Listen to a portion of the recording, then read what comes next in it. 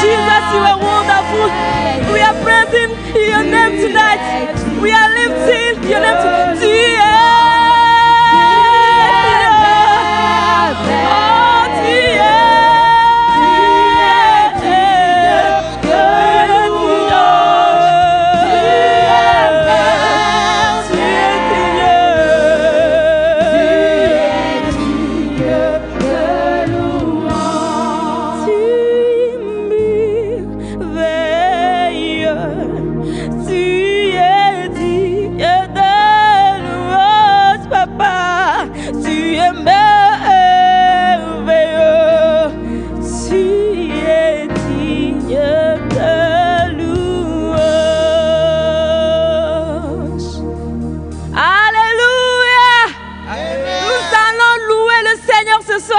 Nous allons chanter pour la gloire de son nom. Amen. Amen.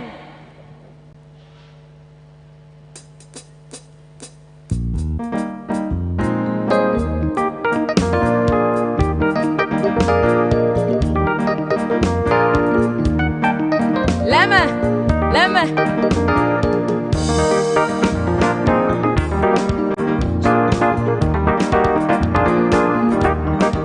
Je suis délivré, gloire à Dieu.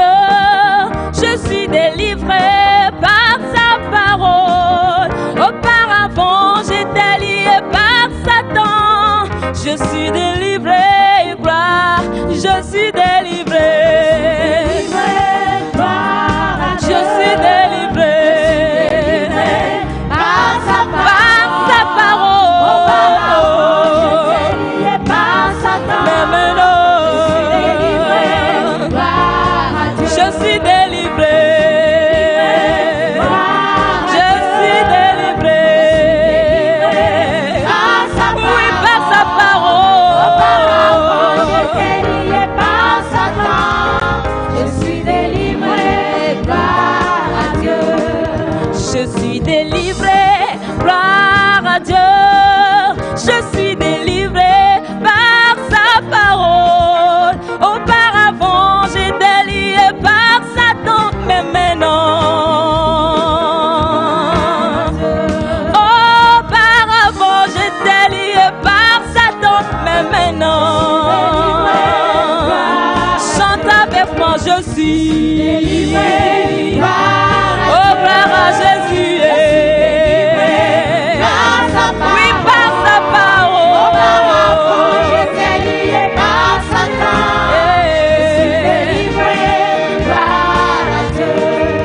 Je suis délivré, gloire à Dieu. Je suis délivré par sa parole. Auparavant, j'étais lié par Satan, mais maintenant. Auparavant, j'étais lié par Satan, mais maintenant.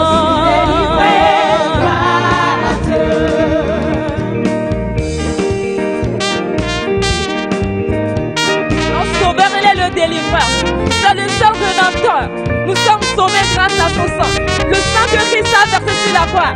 Je t'informe ce soir, si tu crois, tu vas recevoir ton miracle. Alléluia. Je suis délivré, gloire à Dieu. Je suis délivré par sa parole. Auparavant, j'étais lié par Satan. Je suis délivré, gloire. Je suis délivré. Je suis délivré. Par sa parole. Auparavant, j'étais lié par Satan. Je suis délivré, gloire à Dieu. Dans le nom de Jésus, dans le nom de Jésus, nous avons la victoire. Dans le nom de Jésus, dans le nom de Jésus, Satan doit échouer, il doit échouer. Quand nous venons au nom de Jésus, dis-moi qui pourra s'opposer. Dans le nom du tout-puissant Jésus, nous avons la victoire. Oui, nous avons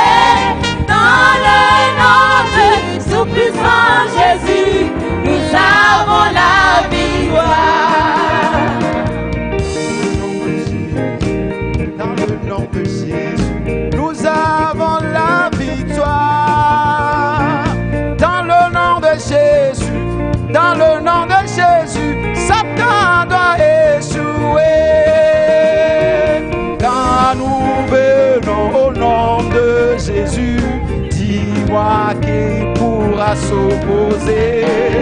Dans le nom du Tout-Puissant Jésus, nous avons la victoire. Nous avons la victoire. Dans le nom de Jésus. Jésus. Dans le nom de Jésus. Oh oui, nous avons la victoire. Nous avons la victoire. Dans le nom de Jésus. Jésus. Dans le nom de Jésus. Satan doit échouer.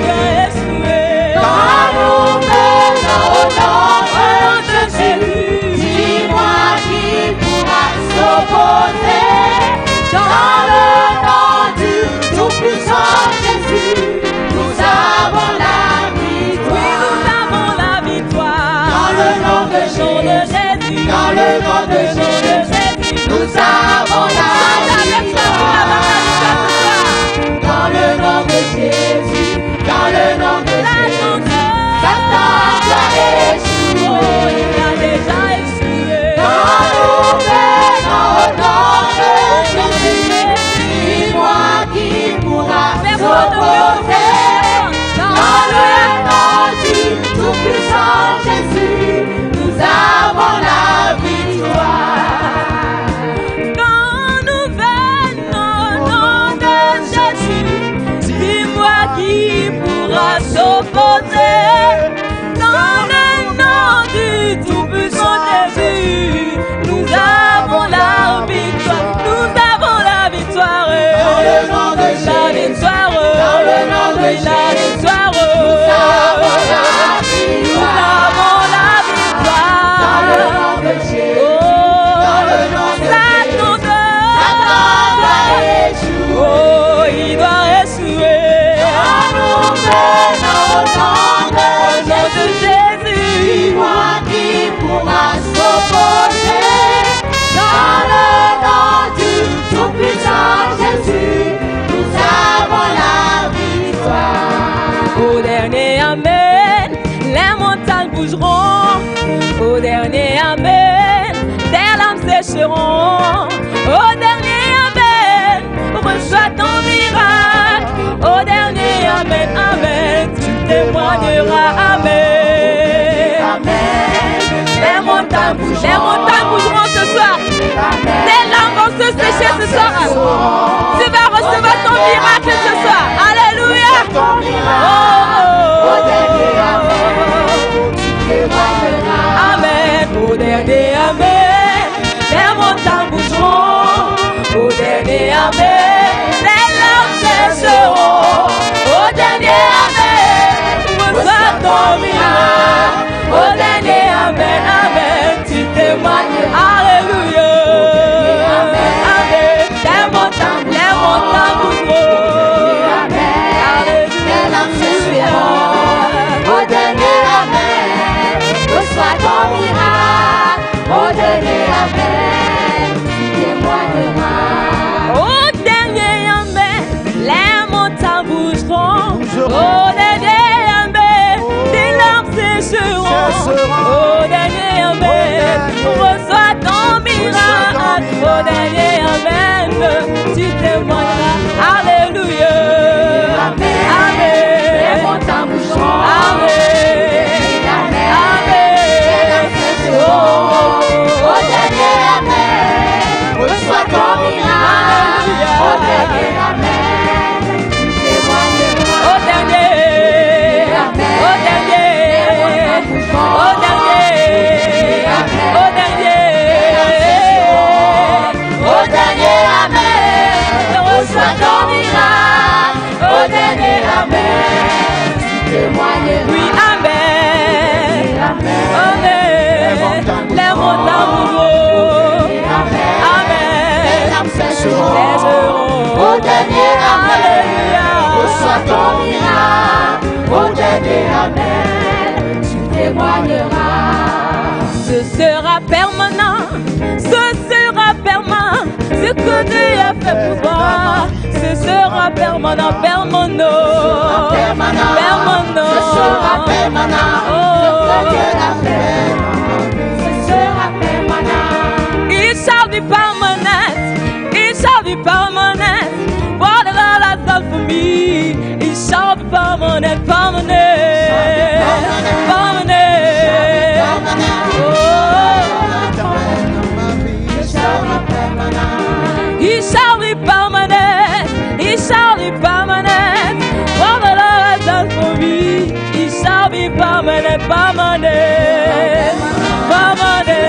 permanent.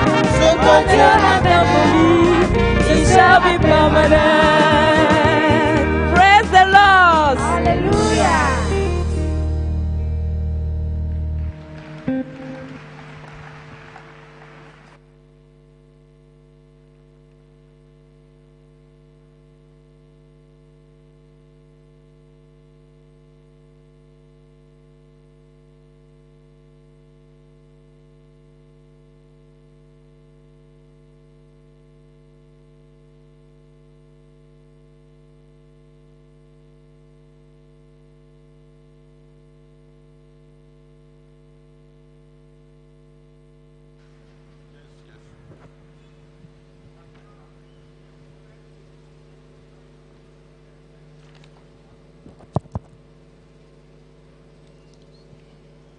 Gloire à Dieu.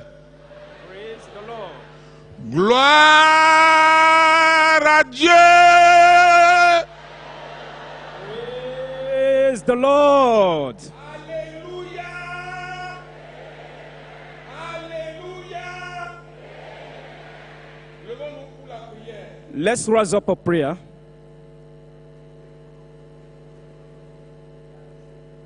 Dieu tout-puissant, Mighty God, créateur du ciel et de la terre, creator of heaven and earth, toi qui as planifié ce programme, you that planned this program, toi qui as envoyé en ce lieu ton serviteur you that sent in this place your servant pour prêcher l'évangile to preach the gospel toute la population du Togo et du monde entier. to the whole population of Togo and the whole world. Te confions la croisade de ce soir. We commit this crusade of tonight into your hands. Prions que tu descendes dans ta gloire pour opérer des délivrances, des saluts et des miracles sans nombre au nom de Jésus. We pray that you descend in your power to operate many numberless miracles in our midst tonight in Jesus' name. Que tout ce que tu feras ici à travers l'homme de Dieu soit retransmis à travers les ondes. We, Et que tous ceux qui sont connectés de par le monde entier suivent la parole distinctivement pour prendre la décision pour le Seigneur et recevoir leur miracle au nom de Jésus. we pray that as this program will be transmitted directly, so that those that are online, they will listen and be blessed and receive their miracles in Jesus' name. Seigneur, nous te remercions pour nous avoir écoutés. Lord, we thank you for answering our prayer. Au nom de Jésus que nous t'avons prié. In Jesus' name we pray. Amen. Amen. Amen. Nous allons prendre notre chant de congrégation à la page 3. We take our hymn song at page 3. Grâce qui surpasse vos péchés. Grace greater than our sin. Oh, merveilleuse grâce de notre Seigneur, grâce qui surpasse toutes nos transgressions, qui jaillit et coule du mont Calvaire, où le sang de l'agneau fut versé. Les vagues tumultueuses de nos péchés menacent nos âmes d'une vie éternelle. Grâce qui est plus grande, oui, grâce immense, nous montre le refuge, la puissante croix. Noire est la tâche qu'on ne peut cacher. Avec quoi pouvons-nous l'effacer? Regarde le sang de Jésus qui coule et tu peux être plus blanc comme la neige. Merveilleuse grâce, merveilleuse et incomparable grâce, le don gratuit pour tous ceux qui croient. Toi qui désires le voir face à face, recevras-tu à présent sa grâce? Grâce, grâce de Dieu, grâce qui pardonne et qui purifie. Grâce, grâce de Dieu, ô grâce qui surpasse tous nos péchés. Marvelous grace of our loving Lord, grace that exceeds our sin and our guilt. Yonder on Calvary's mount outpoured, there where the blood of the Lamb was split. Sin and despair, like the sea waves cold, threaten the soul with infinite lust. Grace that is greater, yes, grace untold, points to the refuge, the mighty cross. Dark is the stain that we cannot hide. What can avail to wash it away? Look, there is flowing a crimson tide, whiter than snow you may be today. Marvelous, infinite, matchless grace, freely bestowed on all who believe. You that are longing to see his face, will you this moment his grace receive? Grace, grace, God's grace, grace that will pardon and cleanse within. Grace, grace, God's grace, grace that is greater than all our sin.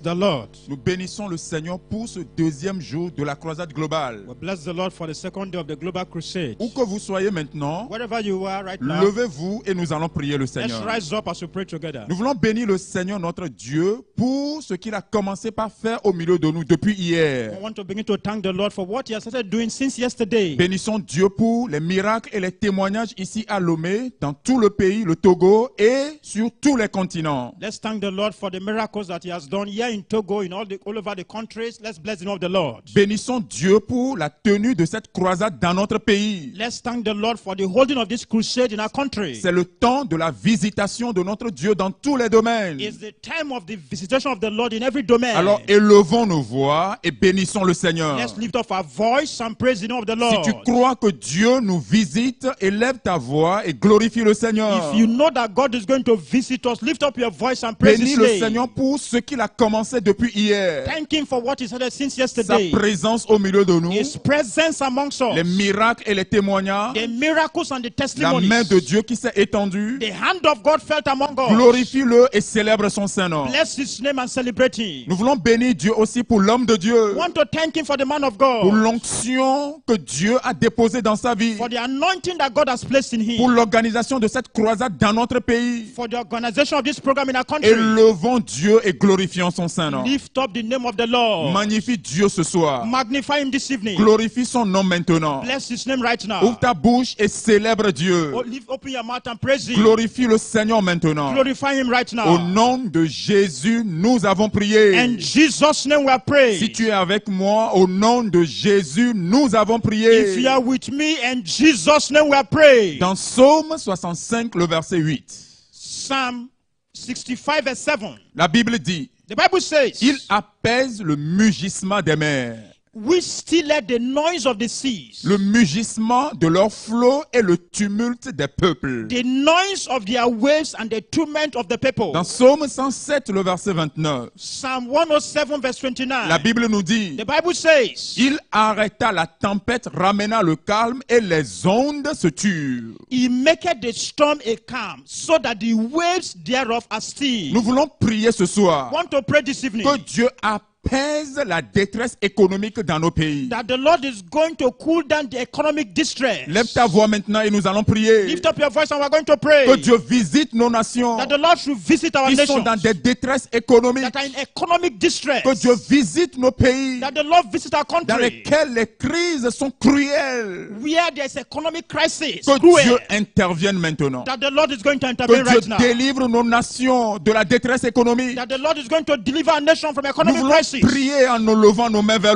au nom de Jésus-Christ. We are going to pray and lift up our voices to Pour nos God nations qui sont en détresse. for our nations in distress, Détresse économique. economic distress. Prions pour que Dieu visite et guérisse nos pays. That the Lord will visit and heal our nations. Élevons nos mains au nom de Jésus. Let's lift up our hands in the Et name of disons, Jesus. Seigneur, Lord, visite nos pays. visit our country Délivre des crises économiques. from economic Qu'il y ait une crisis, délivrance des guerres. deliverance from war. Que nous soyons délivrés des guerres. We are delivered from Des war, crises dans nos nations. from the crisis in our Au nations. nom de Jésus-Christ. In Jesus' La name, Bible dit the Bible says, que quand le juste prie, when the righteous pray, Dieu entend. the Lord hears. Nous voulons prier maintenant. We're going to pray right now Que Dieu délivre nos nations de la destruction. that the Lord will deliver our nations from destruction, Des œuvres de Satan. from the works of Satan, Des crises. from crisis. Que Dieu élève sa main. That the Lord will lift up His Qu'il hand, délivre de la destruction. deliver from Au destruction. nom de Jésus-Christ. In Jesus' name, Prions maintenant pour nos pays dévastés. pray for our countries devastated. Que la main du Seigneur That intervienne. the hand of God will Que intervene. la main du Seigneur That the intervienne. hand of God will Que intervene. le Dieu de miséricorde daigne regarder nos pays. That the God of mercy will look upon our Et qu'il nation visite nos pays par la pluie de bénédiction. and will visit our nation En with the flow of délivrant des blessings. crises économiques. From deliverance of economic En crisis, délivrant du manque d'emploi. from lack of employment. Que Dieu intervienne dans la vie de nos jeunes. That the Lord will intervene in the life of our youth. Qu'il y ait de l'emploi pour les jeunes. That there will be employment for Que our Dieu youth. descende dans nos pays. That the Lord will descend Et in our que sa countries. main soit à l'œuvre au nom de And Jésus-Christ. His hands will be in action in Qu'il Jesus' name. délivre de la misère cruelle. He will deliver from misery, Qu'il délivre de la pauvreté. from poverty, Qu'il délivre des guerres qui mettent à genoux nos nations. from wars that brings a nation unto Qu'il their knees. arrête les œuvres du diable dans nos nations au nom de That he will Jésus-Christ. stop the works of the devil in our nation in Jesus' name. Que le Père céleste, Our Heavenly Father, de qui toutes les familles de la terre tirent existence, that all the families of the earth belong to, descendent et touchent nos nations. come down and touch our Qu'ils nations. touchent nos pays. Touch our nations. Qu'ils touchent la vie des enfants qui sont détruits. That they will touch the life of our children being Ceux qu'on destroyed. traîne à la mort. Those that have been dragged Ceux to qu'on va death. égorger chaque jour. Those that have been killed every day. Prions pour que Dieu intervienne. Let's pray that God is going to Que intervene. Dieu visite. That the Lord will visit. Que la pluie de sa grâce coule dans nos pays. That the rain of His grace will flow Que in la our nation. pluie de sa bénédiction tombe dans nos pays. That the rain of His blessing will come upon our nation. Prions pour que Dieu intervienne. Let's pray that God is Seigneur, going to intervene. visite nos nations. Lord, visit our Seigneur, nation. délivre des crises économiques. Lord, deliver from economic Seigneur, crisis. délivre de la cruauté du diable. Deliver from the cruelty of the devil. Délivre des misères dans nos pays. Deliver from the misery Que of the Dieu nation. intervienne maintenant. Oh Lord, intervene right Lève now. ta main vers le ciel Lift up your hands et towards demande à heaven. Dieu, Seigneur, interviens dans Oh, nos pays. tell the Lord, Lord, intervene. Nous prions au nom de In Jésus-Christ. Jesus' name we are Nous praying. voulons prier maintenant pour le surintendant We're général. going to pray right now for GS. Demandons que la main du Seigneur le fortifie. That the hand of the Lord will fortify Que him. le Saint-Esprit remplisse sa vie davantage. That the Holy Ghost will fill his life more and more. La Bible nous dit The Bible que says, vous savez comment Dieu a oint du Saint-Esprit et de force Jésus de Nazareth, you know how God anointed Jesus with the Holy qui Ghost and allait power. de lieu en lieu faisant des miracles et guérissant les malades. Who went about doing good, healing Il all that were oppressed of guérissait the tous devil. ceux qui étaient sous l'empire du diable. All those that were oppressed of the devil, he Car healed them. Dieu était avec lui. For God was with him. Que Dieu soit avec le surintendant Let the général. Lord be with our GS. Que Dieu soit avec lui. Let the Lord be with him. Et que les peuples soient délivrés de l'empire du And the diable. people will be delivered from the hand of the Que devil. de ce lieu, That in this place, que de ce pays, in this country, pour tous les continents, in all the countries of the dans world, sur les réseaux sociaux, all the social dans media, tous les milieux, everywhere, que Dieu guérisse that the Lord is going to à heal travers la main de son serviteur, through the hand of his à servant, travers la voix de son through serviteur, the voice of à his travers la servant, prédication de son through the serviteur. preaching of his servant. Prie le Seigneur maintenant. Pray to the Lord right Et now. ce soir même, And this evening, tu vas prier pour you're toi-même. going to pray for yourself. Une touche spéciale pour toi. A particular touch for Une you. touche totale pour toi. A total touch for you. Une touche abondante pour An toi. abundant touch for Une you. touche de guérison. A touch of healing. Une touche de miracle. A touch of miracles. Une touche de gloire. A touch of glory. Que Dieu te visite maintenant. That the Lord will Tu vas visit you dire, right Seigneur, now. maintenant, Lord, right ce now, soir, this evening, je m'attends à toi. I am waiting for you. Je m'attends à ta guérison. I am waiting for your Je healing. m'attends à ta présence. I am waiting for your presence. Guéris-moi ce soir. Heal me Qu'il y ait tonight. une touche pour moi. Let there be a touch for me. Commence par remercier le Begin to Seigneur. thank the Lord. Élève son saint nom. Oh, bless of his name. Loue-le. Praise him. Parce qu'il nous a visités. Because he has visited Il a us. guéri nos nations. He has healed our nation. Il a délivré nos nations He has delivered our de nations toute crise économique. from every economic Au crisis. nom de Jésus, nous avons prié. And Jesus' name we are praying. Seigneur, nous voulons te bénir ce soir. Lord, want to bless you Nous voulons tonight. glorifier ton nom. Want to glorify your Nous name. élevons nos nations vers We toi. lift up our nations before you. Daniel a prié pour sa nation. Daniel prayed for his nation. Néhémie a prié pour sa nation. Nehemiah prayed for his nation. Abraham a prié pour Sodome et Gomorrhe. Abraham prayed for Sodom and Et Gomorrah. tu as exaucé leur prière. And you answered their prayer. Nous prions, oh Dieu, Lord, we are et praying. nous élevons nos mains vers And toi. we lift up our hands before Daigne you. regarder nos pays. Lord, come and look at our country. Daigne apaiser les tempêtes dans nos pays. Come and cool the storms in our Les country. tempêtes économiques, Economic le storms. manque d'emploi, Lack of les employment. détresses économiques. Distress Seigneur, economically. balaye ces choses par le vent de ta force au nom de Lord, Jésus-Christ. clean them up by the wind of your strength in Ce Jesus' soir, nous name. nous attendons à toi. Lord, tonight we are waiting for Que le you. miracle pleuve. Let the miracle Que flow. la puissance soit à l'œuvre. Let the power be at Que le work. Saint-Esprit soit à l'œuvre. Let the Holy Ghost Que be at son work. esprit bouge au milieu de His nous. power move Qu'il y ait among des us. miracles ici à There be Lomé. miracles in Qu'il y ait des Lomé. miracles dans toutes les villes de Lomé, du pays. In every Et city in sur the country. tous les continents au nom de In all the Jésus-Christ. continents in Nous Jesus' te name. bénissons parce que tu nous as Lord, we exaucés. bless you because Au you have nom de answered. Jésus, nous avons In prié. Jesus' name we are praying. Amen. Amen.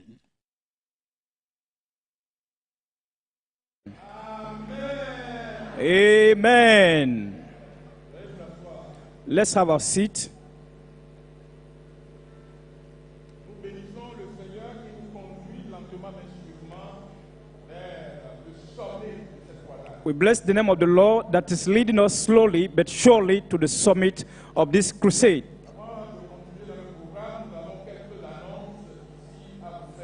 Before we proceed into the program, we have some announcement for you.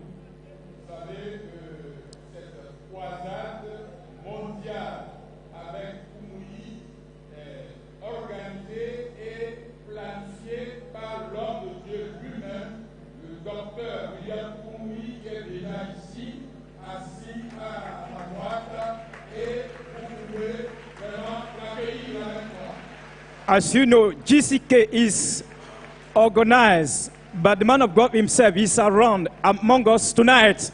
Please welcome him. Thank you, Pastor. So tonight, it is going to melt here.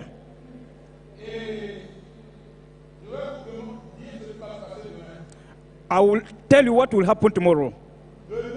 Tomorrow morning,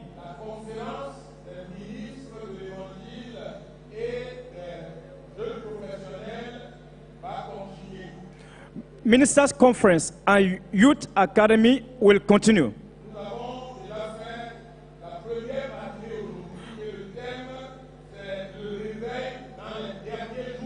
We had the first program this morning, and it is the awaited revival in the last days.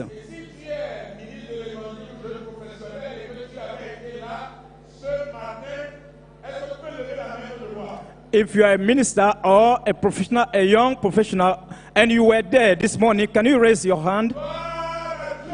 Praise the Lord. It was fire. And tomorrow, the fire will double. Revival has started through Lomé City and all over Togo. And this will spread to all over the world in the churches in Jesus' name.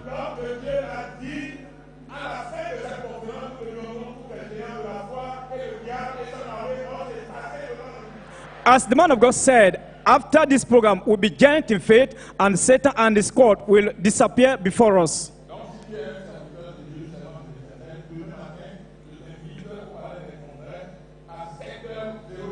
If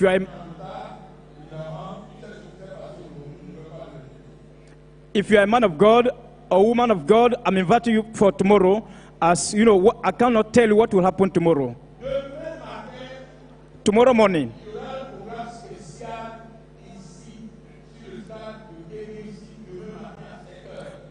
there will be going. It is going to be to hold here a program for Youth Academy.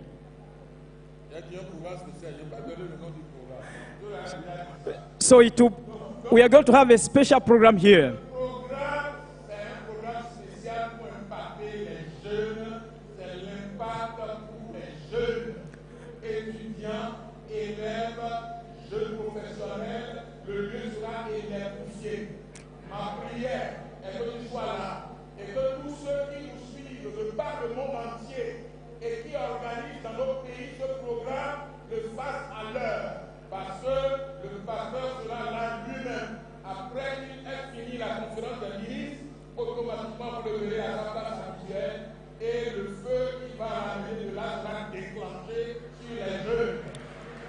So tomorrow here we are going to have Youth Academy, and it will be fire here tomorrow.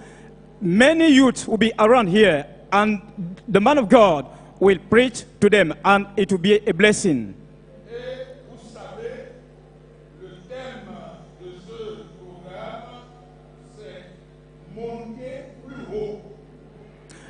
The theme of this program is come up higher.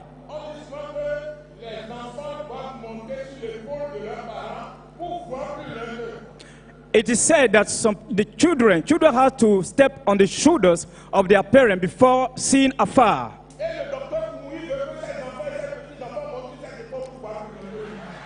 And Pastor Dr. Kumi wants his children to step on his shoulder to see far.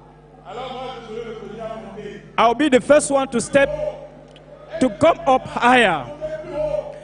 I'll be here. Est-ce que tu seras là? Will you be around? Est-ce que tu seras là? Will you come? Pourquoi ne pas acclamer le Seigneur pour ce programme merveilleux qui va rassembler des millions de jeunes à travers le monde? Why not clap for the Lord for this program that we taught people in the world? Alors, demain soir, la croisade va continuer son troisième jour. So tomorrow evening, the crusade will continue for the third day. Et nous devons inviter nos parents, nos amis, ceux qui ne sont pas encore au courant. Nous devons tout faire. Si chacun d'entre nous peut inviter 2, 3, 4 personnes, ce lieu sera pas de nous, il n'y aura pas de place et nous allons prendre l'intérieur de ça. We need to invite all our parents, our colleagues, our friends, so that this place will be full tomorrow. Ce soir, Tonight, something will happen here. I said tonight, quelque chose va se passer. something is going to happen. Il y a ton voisin, quelque chose va se passer. Tell to your neighbor, something is going to happen. Alléluia. Depuis le début, nous avons l'habitude de présenter les hommes de Dieu qui nous visitent les personnalités. Hier soir, nous l'avons fait. Aujourd'hui, nous l'avons fait. Since Vous parlez des confrères. Et donc, ce soir, nous allons simplement saluer nos hommes de Dieu, nos pasteurs, nos parents et nos personnalités qui sont venues. Soyez les bienvenus. Que le Seigneur vous bénisse abondamment. Since yesterday, we have introduced some of our dignitaries, and even this morning at the minister conference, we did so. And this evening, we just greet them for their presence here. May the Lord bless you.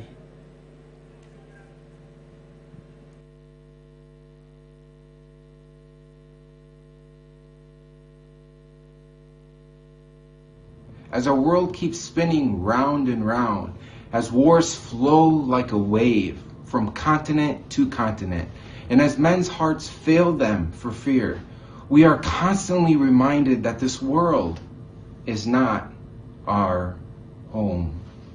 That this world is not our home. Our true home is in heaven, and right now angels and saints are singing to our great King, Jesus. So let's come on this second day of the crusade with a joyful spirit and an expectant heart as we join our voices with the angels to sing praises to our humble yet mighty God. He is the Lion and the Lamb. Join me as we listen to songs from the nations.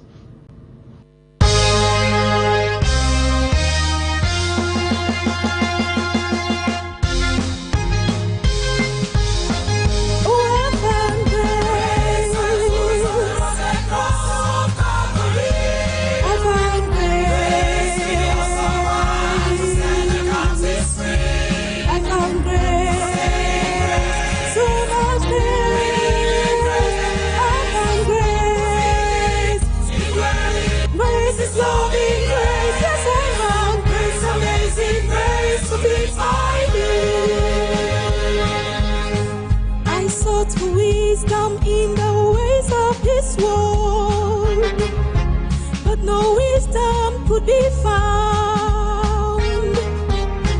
I sought for meaning in the ways of great men, but your words just let me down. I'm seeking justice for the things that I've done. My soul needed mercy, and I found it in God's Son, so I found grace. I found grace. I found grace, so much grace. Oh, I found grace. Dwelling grace is loving grace. Yes, I found amazing grace to be finding. Give up the search, it's a useless dream you're chasing. Find no peace until you seek His face. The answer's right before you at the foot of the cross. You'll find that it's a holy place. Confess your sins and lay it all down. your cross, that Jesus turned your life around. You found grace. I found grace. I found grace. So much grace. Oh, I found grace. It's all in grace. Yes, I found grace. Amazing grace to be mine. Oh, I found grace. I found grace. I found grace. So much grace. Oh, I found grace. It's all in grace. Yes, I found grace. Amazing grace to be mine. I found grace.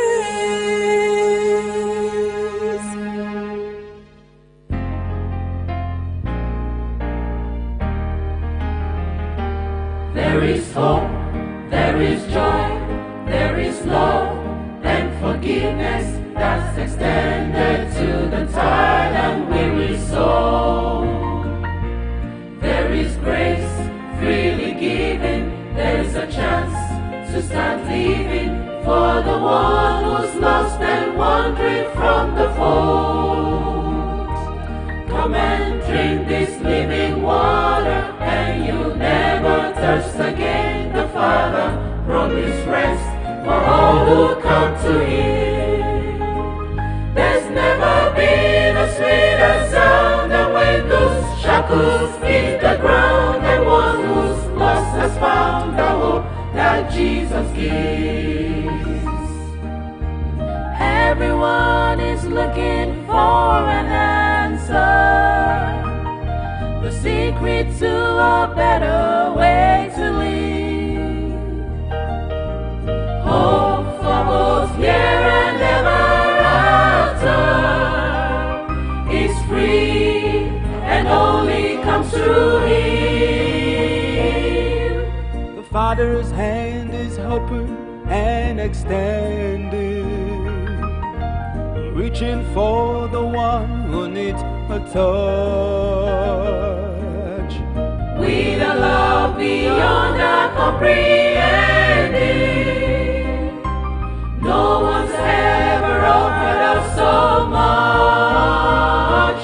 There is hope, there is joy, there is love and forgiveness that's extended to the tired and weary soul. There is grace freely given, there's a chance to start living for the one who's lost and wandering from the fold. Come and drink this living water and you'll never test again. The Father promised rest for all who come to Him. There's never been a sweeter sound than when those shackles hit the ground, and one who's lost has found the hope that Jesus gives. There's never been a sweeter sound than when those shackles hit the ground, and one who's lost has found the hope that Jesus gives.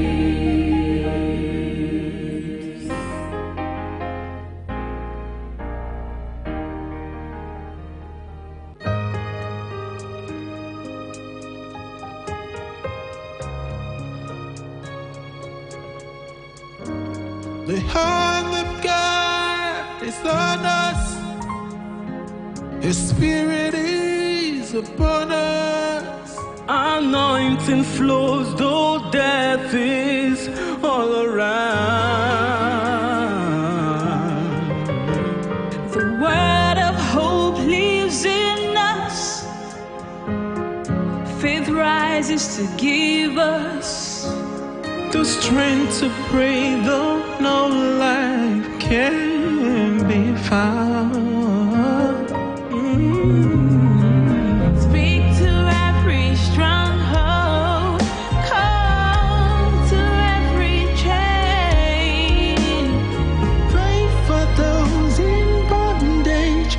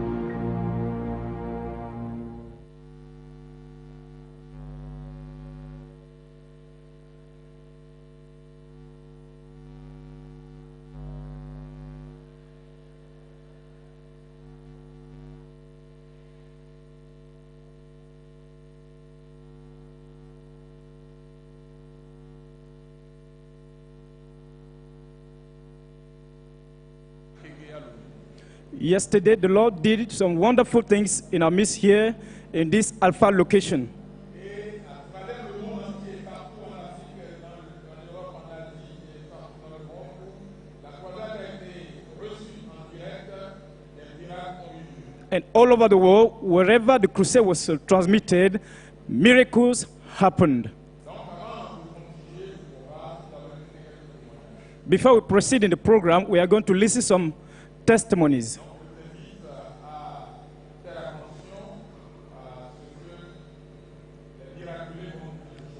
I urge you to listen carefully to what the testifiers will say.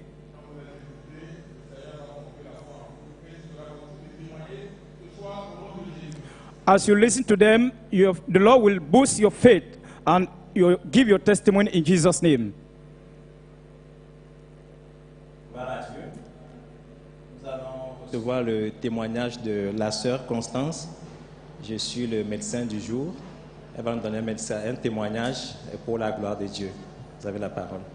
Gloire à Dieu!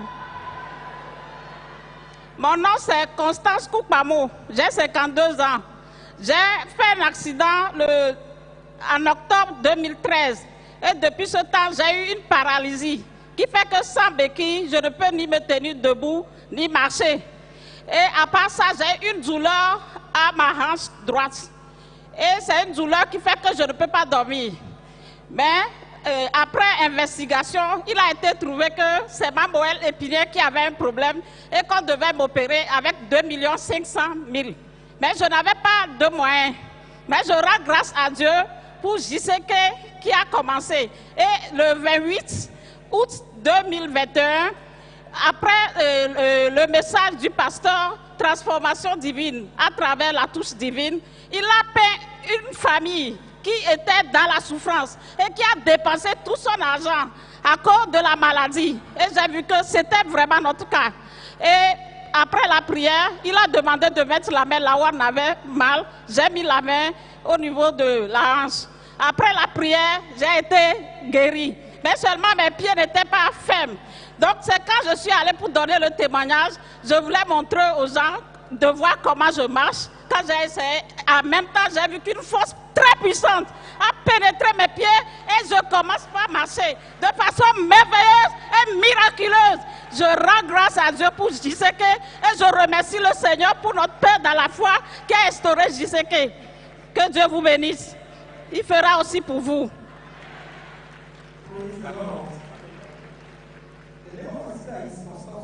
Is 52 years old, and in October 2013, she was involved in an accident that caused paralysis. And from that time, she was also feeling pain in the right hip. And when they went to hospital, she was diagnosed with a spinal cord injury. And the doctor said she was going to undergo a surgical operation that will cost 2.5 million of Togo money. But she didn't have the money, and she has to bear it that way. And she was using 2 crutches, without which she cannot work nor stand. And the thing became worse to the point that even with the crutch, it was not possible for her to walk. So she was told that she was risking to spend the rest of her life in a wheelchair.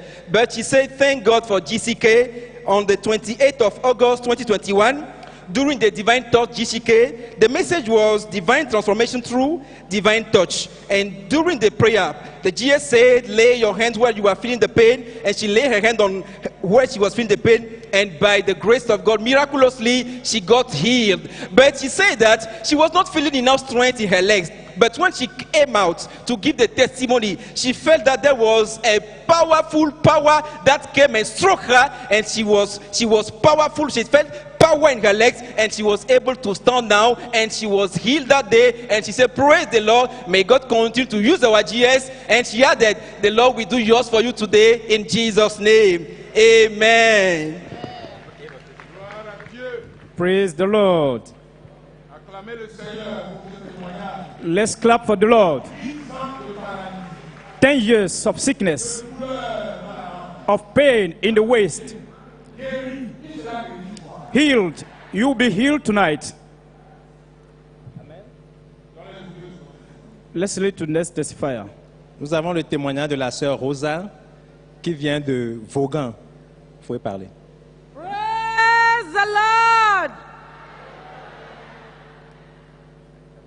vas mettre vos gants.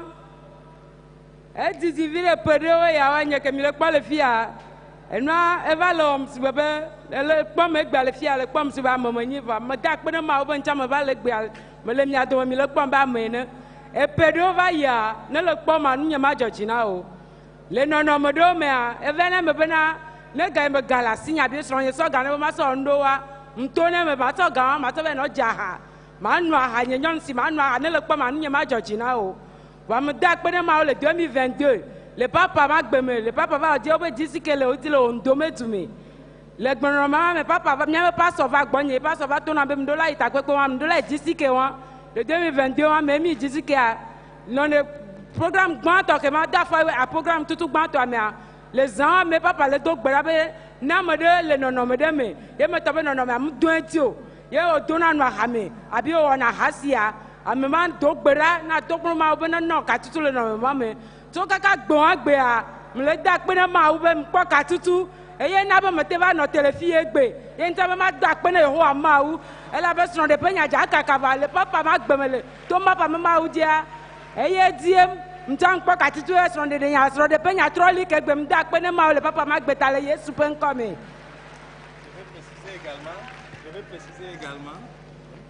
Je vais préciser également que lorsque ça commence, elle se retrouve dans la brousse et c'est dans la brousse qu'on va la chercher comme une folie qui la dérangeait. Merci. Praise the Lord. The name of our sister is Rosa, and she is saying that she's happy to stand here today, and we can see her like a human being because for some time she has not been like that. So she said that for a long time she has been addicted to alcohol, and she regularly drinks and becomes drunk. She behaves abnormally to the point that she even leaves the house, leaves the children, goes and stay in the bush, and people have to go in the bush to bring her to her house. But she said that thank the Lord for the Ondo State GCK in 2022. When the GS was preaching, the GS was praying, the GS said, the Lord will deliver you from adultery and from drunkenness. And she said she believed, and that was when she received her healing. And from that day till today, she said she has no more tasted alcohol. And she's here today to say, praise the Lord. Praise the Lord.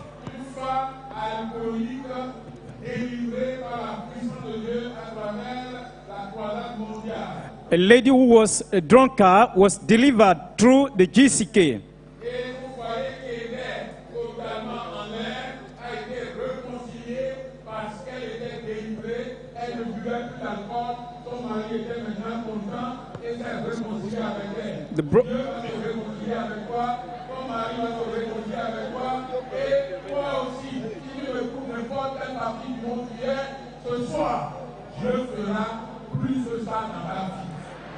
The broken home has been reconciled, and the husband was very full of joy, and everything went well. You do not listen to me. If you are in the same situation, the Lord will visit you and will give testimony in Jesus' name.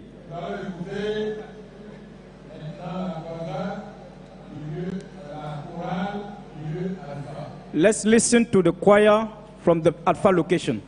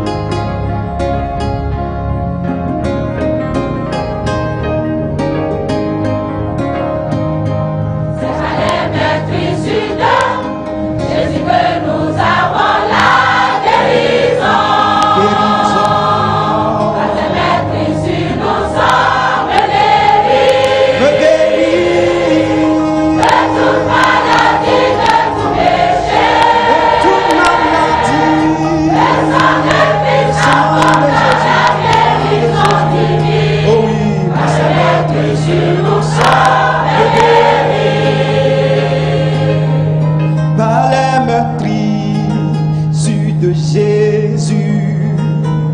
Il y a la guérison pour tous. Reçois-la, ne doute point, ta foi te guérira. Il y a la guérison pour tous. Ici nous sommes guéris. Il me guérit De toute maladie, de tout péché. de tout péché, ma soeur. Le sang de Christ apporte la guérison divine. Parce que d'être ici nous sommes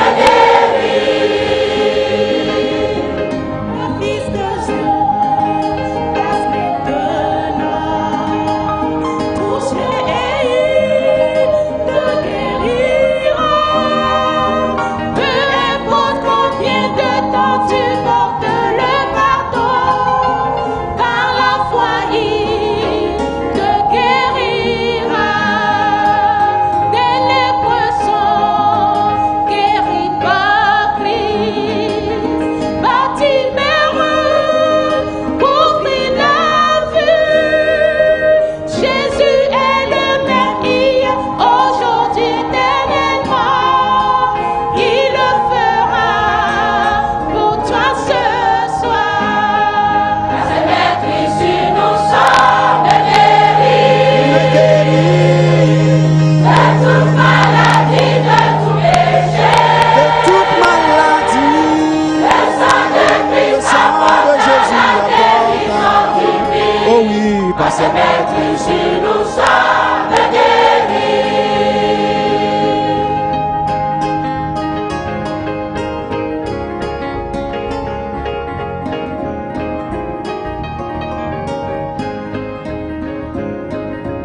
il n'y a rien qui soit impossible, que Dieu ne puisse même accomplir. Il n'y a aucune montagne que Dieu ne puisse ôter. Dieu va sûrement le faire pour toi. Parce que d'être ici nous sommes guéris. Il me guérit De toute maladie, de tout péché. de tout péché, mon frère. Le sang de Christ apporte la guérison la guérison. divine. Parce que d'être ici nous sommes guéris. Parce que d'être ici nous sommes guéris. Il me guérit De toute maladie, de tout péché. de tout péché, mon Le frère. sang de Le Christ sang de apporte la Jésus, guérison c'est lui divine. qui l'appelle. Ici nous sommes guéris. Par ses meurtrissures nous sommes guéris. De toute maladie, de tout péché. Le sang de Christ apporte la guérison divine. Oh oui, Parce que d'être ici nous sommes guéris. par ses meurtrissures nous sommes guéris. De toute maladie, de tout péché. Le sang de Christ apporte la guérison divine. Oh oui, Parce que d'être ici nous sommes guéris. Le sang de Christ apporte la guérison divine. Parce que d'être ici nous sommes guéris. Le sang de Christ apporte la guérison divine. Parce que d'être ici nous sommes. Parce que d'être ici nous sommes. Parce que d'être ici nous sommes.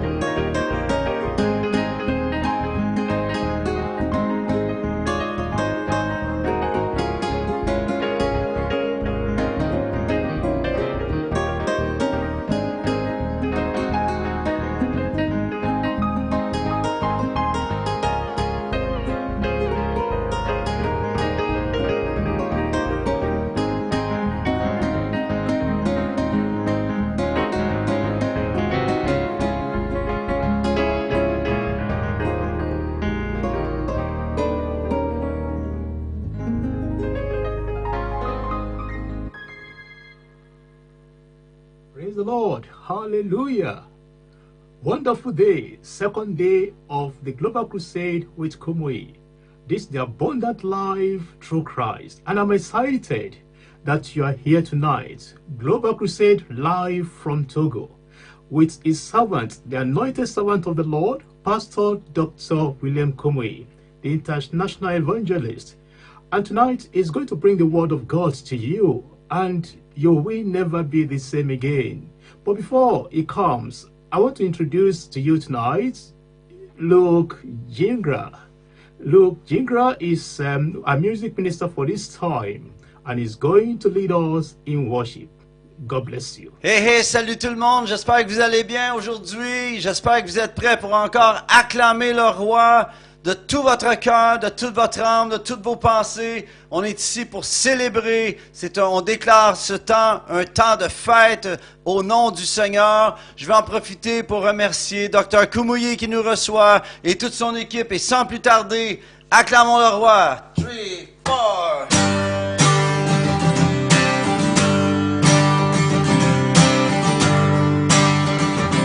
Allez, on tape des mains. Hey, hey, hey, à vous, hey, hey, hey, oh, oh, oh, oh, oh, hey, hey, hey, hey, hey, hey, oh, oh, oh, oh, salut, je suis vraiment content de nous voir tous ici. C'est toujours bon de se retrouver tous ensemble entre amis. En fait, je devrais plutôt dire entre frères et sœurs. Et nous déclarons cette retrouvaille une fête pour le Seigneur. Oui, nous déclarons cette retrouvaille une fête pour le Seigneur. Chantant, hey, hey, hey, hey, hey, hey.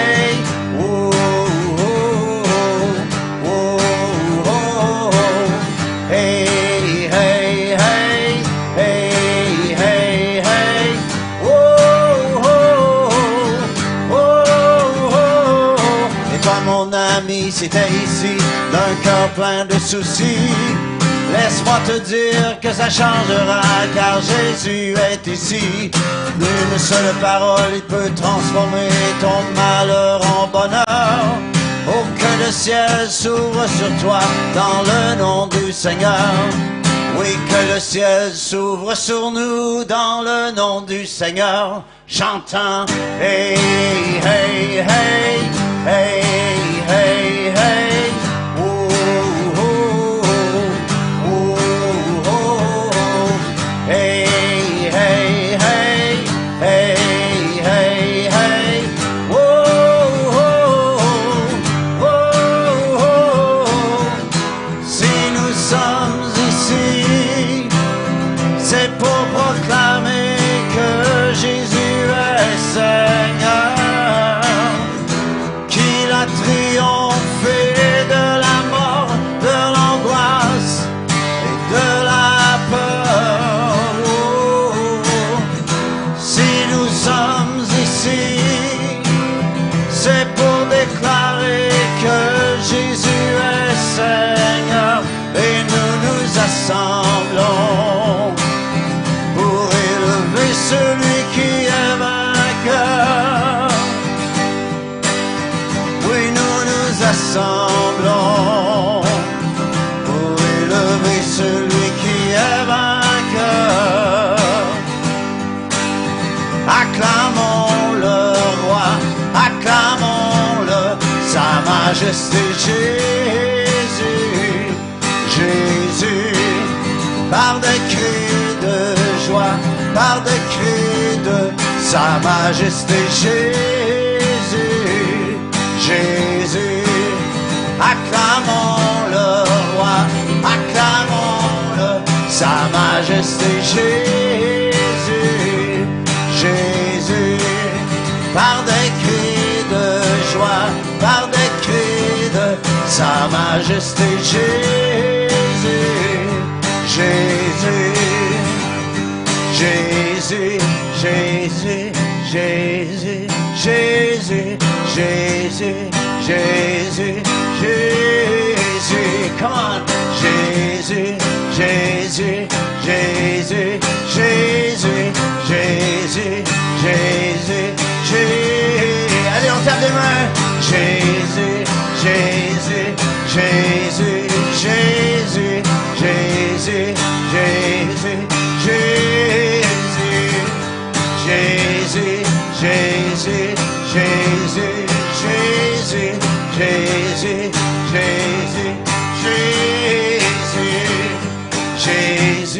Jésus, Jésus, Jésus, Jésus, Jésus, Jésus, Jésus, Jésus, Jésus. Une autre fois. Jésus, Jésus, Jésus, Jésus, Jésus, Jésus, Jésus.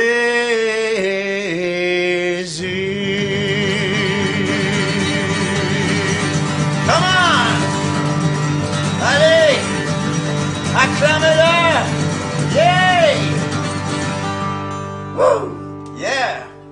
Oh, que c'est bon de pouvoir louer le roi, de l'acclamer. Et on veut dire, il y a une promesse qui dit que l'Éternel, tous ceux qui se confient en Dieu vont se réjouir, qu'à toujours ils auront de l'allégresse. Amen. Et que nous sommes protégés. Alors, sans plus tarder, ce chant s'intitule « Tu bénis le juste ». 1, 2, 3, 4.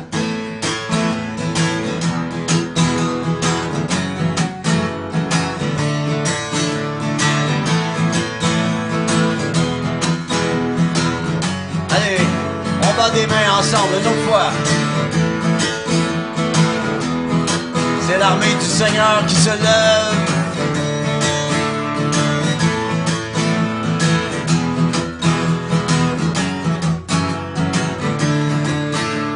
Ceux qui se confient en toi, ô Dieu, se réjouiront. À toujours ils auront de l'allégresse et tu les protégeras. Tous ceux qui se confient en toi, ô Dieu, se réjouiront. À toujours ils auront de l'allégresse et tu les protégeras. Tu seras, ô Dieu, un sujet de joie pour ceux qui aiment ton nom. Tu sais, tu l'entoures de ta grâce comme un bouclier. Tu l'entoures de ta grâce comme un bouclier. Tous ceux qui se confient en toi, ô Dieu,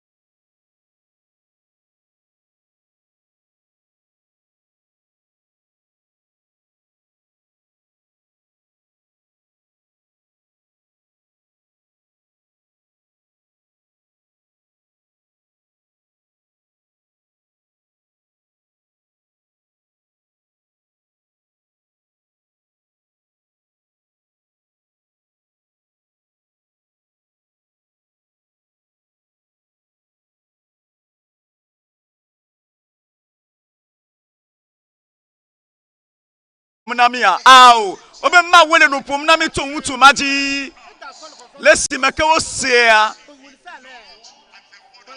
o mo kwe aba megbeto pa nya o ka bon abe ma wunya pa nya enne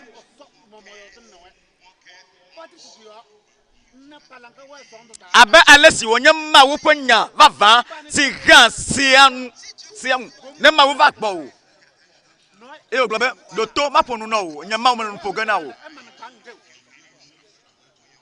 ene ma mun to va fi plan no bana won ku ogbalo va mi ti ado ma gbedo ma pu na o la e na nya be ma mun to le no pomu na o tende eye enu make ya na ma wunya gbedo mi ya to gbeda won ku la pu ne ku ne do ne le soso npele atia eye ma ponu na o eye o ho kokura ide na o de do ke fia o yo be pom da enyenya mamuso katanto eyo gbe pom da me vaza me bana mana na titel wo teku no baji le wo timala va voli pas di keke ade kama no mo bana ele titre tike sayame la sa son li ne Christo va donner un coup mon père fifide eyo eyo globe konya sioda afi o clanam la wa de siwo ya ne Christo so va gbo fifi ntode eyo globe do tom kwa fiada eye konya hajida e na ko atamsio o to pum eye yi o to tom la eye me va zama bana kabiya ona yoto eye oglobe ne le pom eye ntole globe nyele no pom na o e ne kwese be Kristo nya doyolele no pom nam ne kwenene ala ko doyoyo enu make ne nema pepepepe ne le mawunya sema megba no sem abe amegbeto penya o gake kwe abenya tepenya sinyama wunya vava si le zodem le miamesio kwesela dome Zaya apoto le nou fom na olo ele gbogbombe ma cho nouveau ko bakedio ela cho nouveau ko Zaya me ele gbogbombe mele kadege o Zaya me dikeke ade kamele ma olo ele kade de hoke Zaya me ele gbogbombe de mele katuke o bakedi adeko ele katuge o Zaya me mauvila di to jipova beno wa to agbeva na o agbemavo agbepagbo soso agbese nana o vona eva bene agba kokuti si akokuti la gbewo me eye mekafu Zaya me anukunu la so suge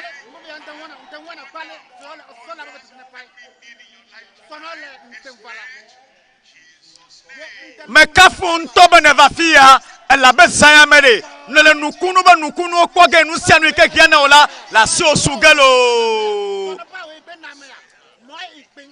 ela be eyan tontonto ile nu pomna o ela mezam le microphone zam voa yento le no pomna o ela amazam voa yento le no pomna o e Zaya me a ele comme pogele nu yawo me la gbema vo me ele comme pogele kokokpo me ele comme pogele nouveau pototo me ele comme pogele vovo blibo me le doyoyo me amen do pe velia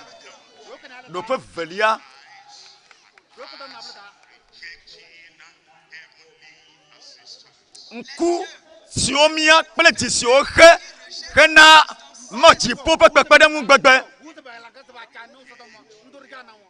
Oh, ame aɖewo li nu nyuie tsa gbewo wogbe nu nyuie. Eye wo ŋutɔ ɖo susu ɖewo ɖe tame dze ŋgɔ. Eye naɖe xe ŋkume na wo. Eye wo ŋutɔ ɖo wobe ɖoɖo.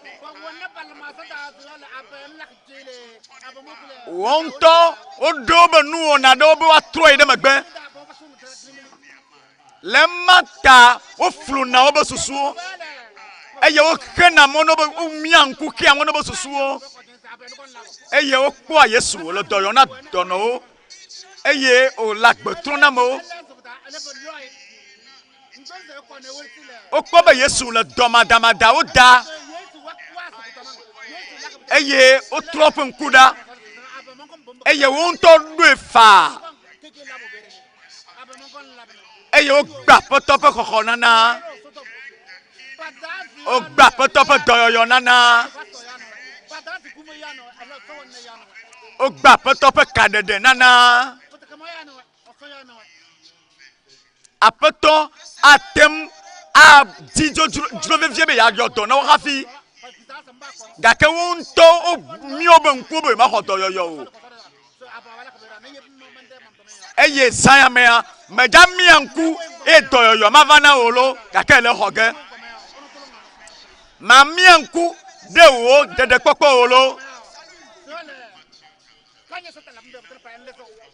Mateo tawi etɔ̃ kpɔkui wi atɔ̃lia.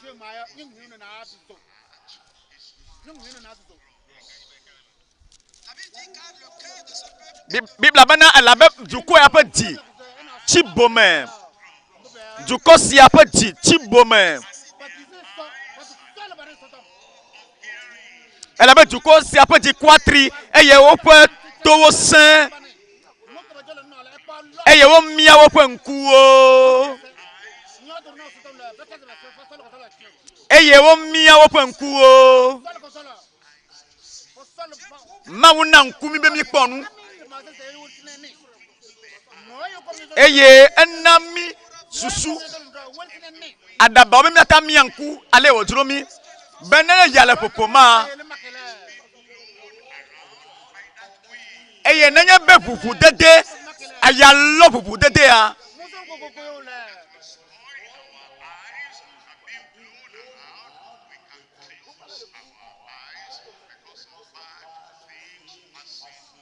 Ne be ya lɔ ʋuʋu dede gbakpe kɔwuwuliwo be woage ɖe ŋku dzi ne miagblẽ le miaƒe ŋku ŋutia. Lɔlɔnu le miase be miamia ŋku be nuwo megage ɖe ŋku dzi na mi o.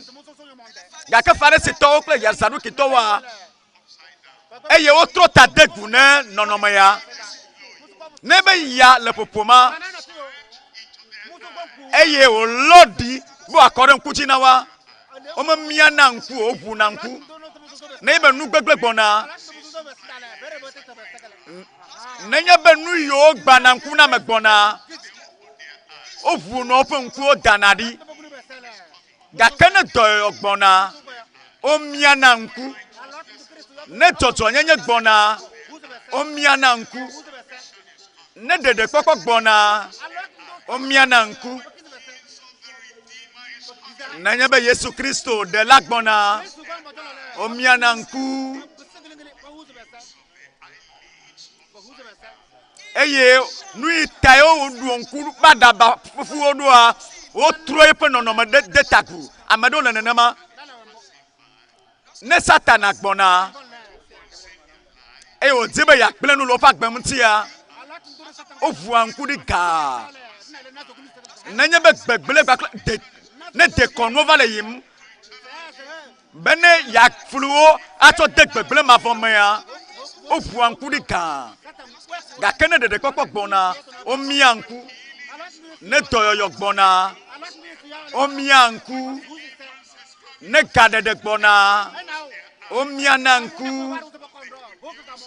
Ne be nyanyui du nyuia gbɔna, womia ŋku, womeʋu na woƒe dzi o. Ya Yesu gblɔ be womia woƒe ŋkuwo.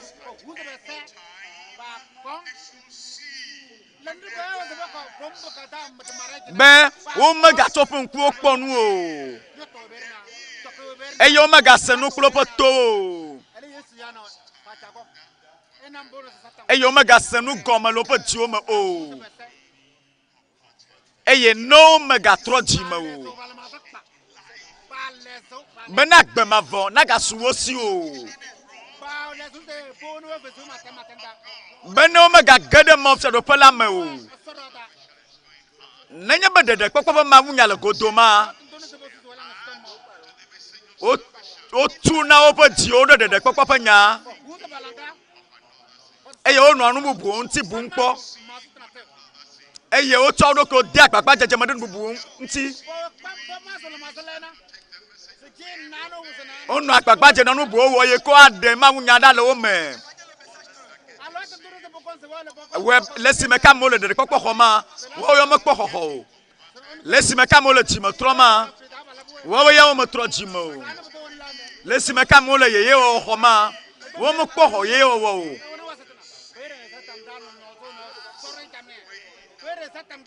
O potochi sigbale ko le chane. Ne o ma agbe ma vomo suwosi o. Agbe pa gbo so mo suwosi o. Jipo pa gbade ke me suwosi o. Do yo me suwosi o. Katutu me suwosi o. Menya nya po vodada yo lo. De ma munya glo la po vodada ya. Malebi obede jipo po motata po vodada ya. De ma munya ke trona me pa gbe pe me nsemu ya.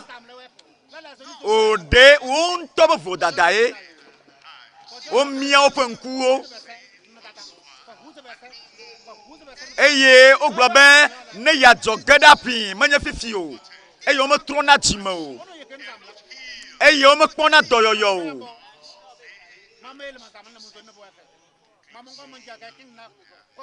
won to e mia openkuo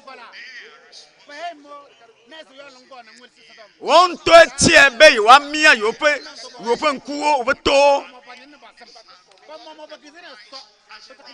won to tie be yo ma ho de kpokpo ke Kristo chove o won kuo ma no ma mia olo eye esenu ke Yesu gloa magbulo bana satana mia nkuna olo ebe wonto umia openkuo amayo na mawunya sente petitia eyo mo trona chimowa eyo mo khonese na wa eyo mo trona wa eyo mo trona chimowa umia wonto openkuo dake egba na dedesi back be ma vokiana o back be pak boso so kiana o be me kiana gbe keto tipo be kia poto pe kunu pe museke le so dem be wa $1 gbanyama ya eye chama mi ankuva yi kakagba sanya me ya ma funye nkuo lo dede kpokpo ya tonye ne wenenea dede kpokpo asu ogomo kpokpo lo eye na glosema bana dede kpokpo pe doyoyo la tonye lo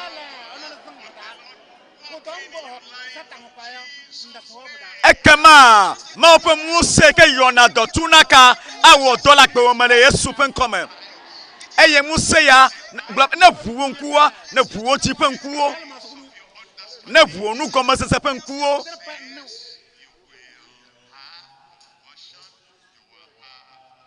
ekema jime totro ple doyoyo aswasi o ma va do pe etolia son do pe tolia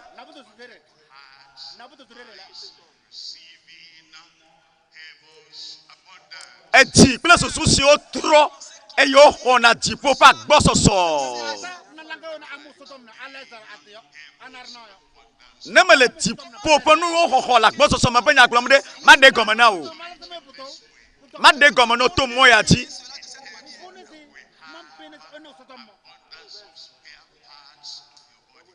Eye tipo do wumti la femme tinuo peut dolly top ye. N'ayez won kuo mia alo bala.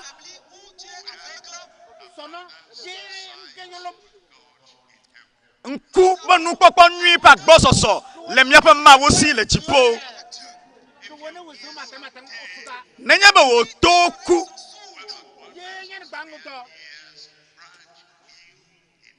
Maglono be eto senu ye o le mia pa ma wosi le tipo lo.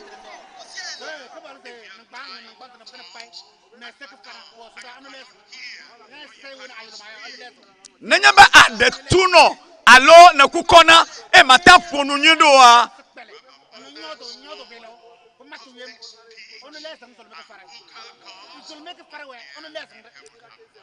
lo kaye yo nu popo nyi yo bela ade fonu ye yo le me ba ma wusi le tipolo nu si anu ike vote do wo mti lala pa dolly to ye o le me pa ma wosi le tipo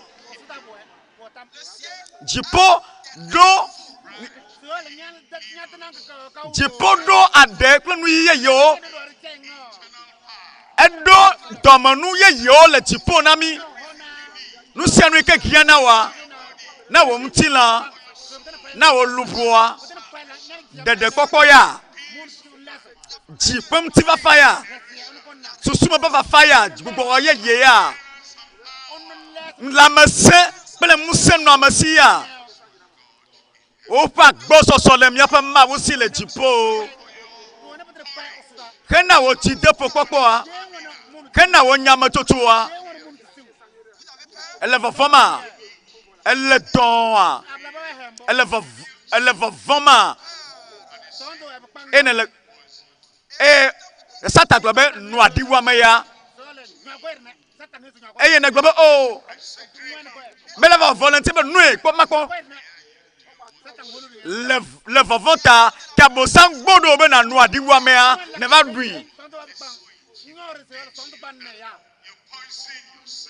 eye gbogbo vo o glure ta o be ne temva na diwa me no be na ku be na kede tubo subo ya me e na globa nyama ja gede gbefu hamamo Satan abe malekbedem lo gede odoma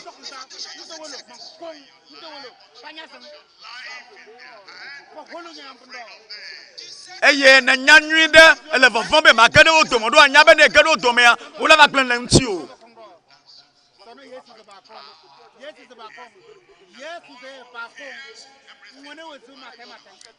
ma wudo ti depo ple kakare depo musa ba gboso soya bene wa now bene wo fofo katana buda nu si anu ike kianami nu si anu ike malemia si o nse nemia po lupo nemia po gbogbo nemia po susu nemia po tome nu si anu ike kiami o pa gboso so le di polo e o le gbogbo mbe va vuoti vuoku eye na ko ma pe nukunu o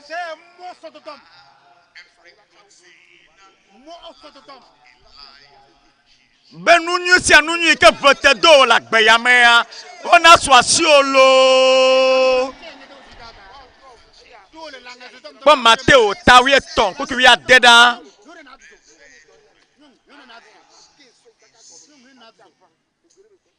ke wa ira mia pe nkuo alabana o kwanu ne won kuo le nu poma ne won ku po wo khola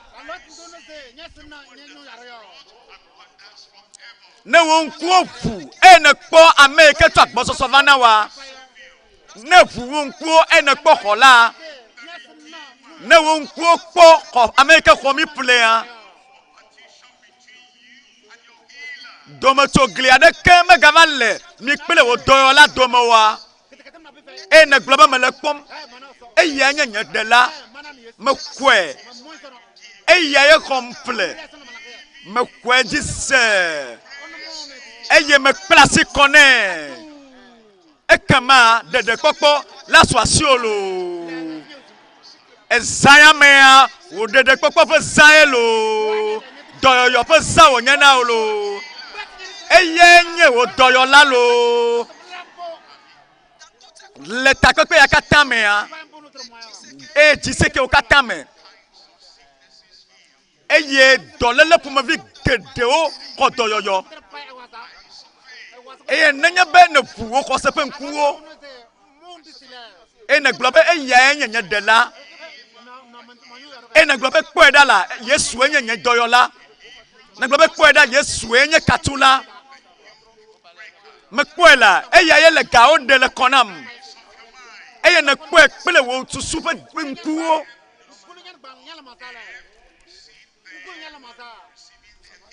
ameyo le coupe bablatea miekpo ameyo di eye o ni tokunua okpo ameyo di nku gbanawa o jenu popo eye miekpo ameyo katan do abi akpele fibrom lobo fi dudomea ebunao mikpo hanomuna o ameyo nuna aditama muamewo mi kpɔbɛ mawu dekawo ozu ablɔ ɖevi ovo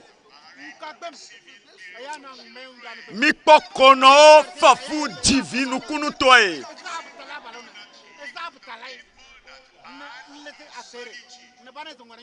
miekpɔe ame yiwo katã tagbɔ tɔtɔnawo le ƒe geɖe me woxɔ gaɖeɖe ovo blibo. Mi kpɔ ame yiwo me cancer ƒe dɔléle le si me ke mi do gbe ɖa mawo ƒe amlima ŋusẽ ma kasiwo ŋu eye cancer ƒe dɔlékui ma fiɔ le woƒe lãme. Mi kpɔ amewo be kpo le megbe dome bu le megbe na wo eye le si me ke ame yiwo ƒe dzimeƒu ŋe le si me ke wokpɔ be xɔ la be ɖe la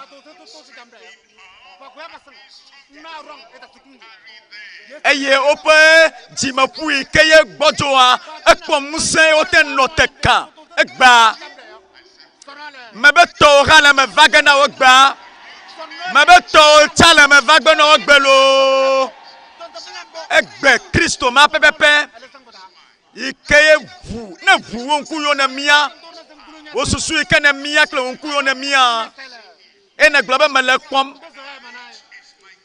Ezaya eya nye nye dɔyɔla Ezaya ye nye nye katula ekema ade ga wo ayɔ dɔ wo Yesu le gbɔgblɔm na wo be woayra wo ŋku siwo le nu kpɔm la ne wòto siwo le nu siawo sem dzimetɔtrɔ la lɔtsɔ gbɔna o amen katutu tsɔ ɖe gbɔ o dɔyɔyɔ tu aƒe na o dzi ƒe tɔtrɔ eya agbe ƒe tɔtrɔ atro wo amenyenye etu aƒe na o zaya me.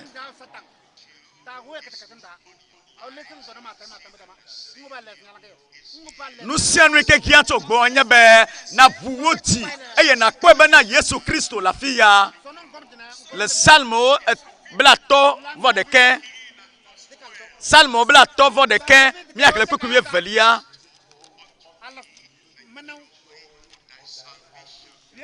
ebe na Mawu wɔ dzidzadze le menye eye na gbɔgbɔ yeye na ge ɖe menye eye David nɔ gbe dom ɖa enɔ eƒe nu vɔ gɔme ʋum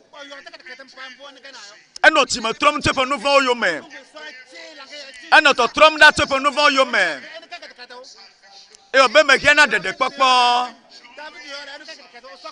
eye mehia ɖeɖekpɔkpɔ ƒe dzidzɔ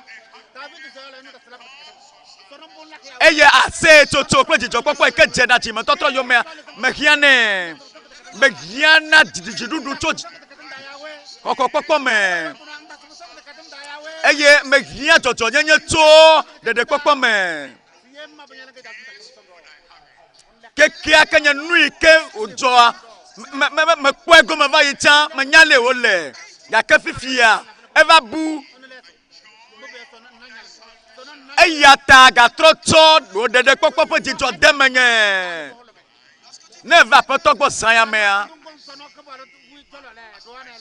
eye ne gblɔ be mele kpɔm abe nye ɖela ene mele kpɔm abe nye aƒetɔ ene mele kpɔm abe agbe ƒe trɔla ene mele kpɔm abe ame si le agbe mavɔ na me ene ekema ɖeɖekpɔkpɔ ƒe dzidzɔ la gba ko ɖe me wòzã ya me ebe wɔ megblɔ be wɔe na mi o lo gake ye ŋutɔ ɖeka tsɔ eɖokui ɖe tsitre ye ŋutɔ ɖeka tsɔ eɖokui tu tsitre ele dim na ye ŋutɔ ɖokui agbe yeye ele agbe yeye dim na eɖokui agbe ƒe agbɔsɔsɔ dim wòle na ye ŋutɔ ɖokui agbe mavɔ si ke tso dziƒo la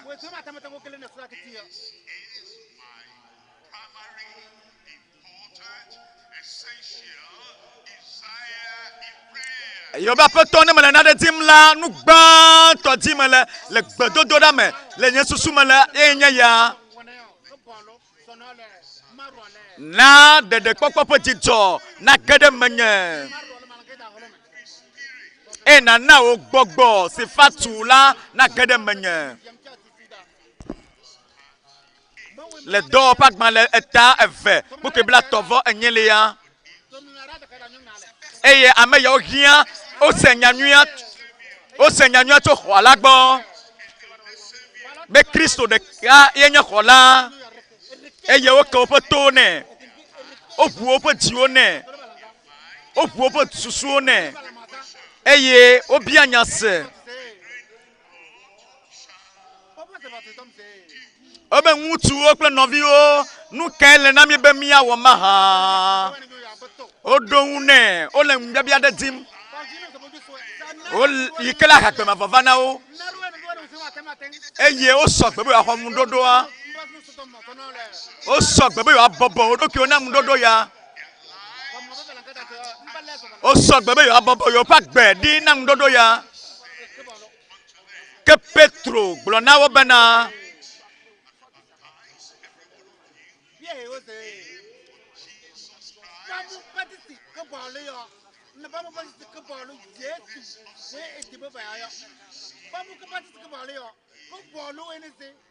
mitrɔ le miaƒe dzime eye mia dome ame sia ame nana woade mawo tsi ta nɛ ɖe yesu kristo ƒe ŋkua me dzi hena miaƒe nu vɔ ƒe keke eye miaxɔ gbɔgbɔ kɔkɔe ƒe nunana la eye nu ka ta woxɔe ɖo leke woxɔe ɖo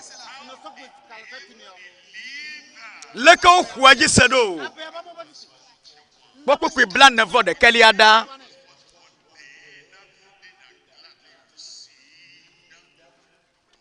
kpɔkpɔe bla nevɔ ɖekelia azɔ ame siwo xɔa eƒe nya la woxɔe abe nya si tso Mawu gbɔ va tẽ ne ɖeɖekpɔkpɔ ƒe nya si tso Mawu gbɔ va xɔxɔƒle ƒe nya si tso Mawu gbɔ va woxɔ nya kple dzidzɔ eye wokpla asi kɔ nɛ woxɔ nya faa be Mawu nya ŋutɔŋutɔ wònye yi ke na ɖeɖekpɔkpɔ yi ke nana agbe mavɔ si ke nana agbe mavɔ si nana agbe gbago yi nana dziƒo ƒe agbe woxɔ nya kple dzidzɔ le ŋkeke ma dzia wode Mawu tsi ta na amewo eye le ŋkeke ma dzi wotsɔ luʋɔwo anɔ akpe etɔ̃ kpe ɖe wo ŋu tɔwo be ŋkekea ye nye gbe gblɔ be nye game su nye nye game hena dede kpɔkpɔ esu gblɔ be nye dɔyɔyɔ ƒe game su gblɔ be nye katutu ƒe game su esɔgbe ne game ya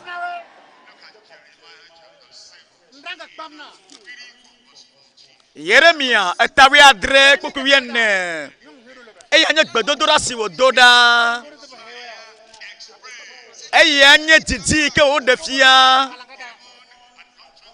eya nye nya yi ke tso dziƒo va na wo eye woxɔ nya womexɔe abe amegbetɔ ƒe nya o lo gake woxɔe woxɔe atu abe nya yi ke tso ma gbɔ va ene eye womexɔe kolo se kolo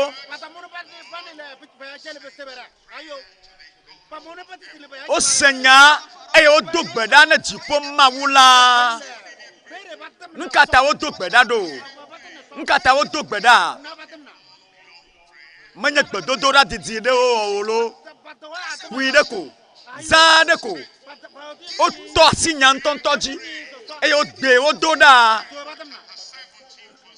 le Yeremia tawi adre kpukui nelia eye yɔdɔm ekema mahaya ele didi be wo ŋku ne ʋua yɔdɔm ekema mahaya nye dzi ʋu na o mexɔe se yɔdɔm ekema mahaya dem ekema makpɔ xɔxɔ dem ekema makpɔ xɔxɔ ne xɔ nya ne xɔ aƒetɔ ƒe ŋugbedodo wa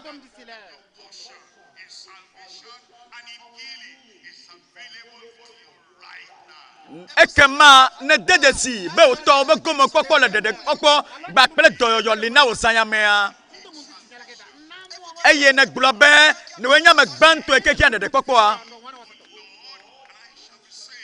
dem aƒetɔ ekema makpɔ xɔxɔ yɔdɔm ekema mahaya zayamea mele nya nyui ɖe tsɔ va na o lo akpe ne mawu be wòtsi wo le ʋuʋu xoxo ne nya ya akpe ne mawu be wò susu wo le ʋuʋu xoxo ne nya ya ame sia ame si ayɔ aƒetɔ ƒe ŋkɔ la woaxɔe ɖe agbe ame sia ame si ayɔ aƒetɔ ƒe ŋkɔa woaxɔe ɖe agbe eye ame sia ame si ayɔ aƒetɔ ƒe ŋkɔa akpɔ hayahaya ekɔ dɔyɔyɔ sayame ekpɔ ɖeɖe sayame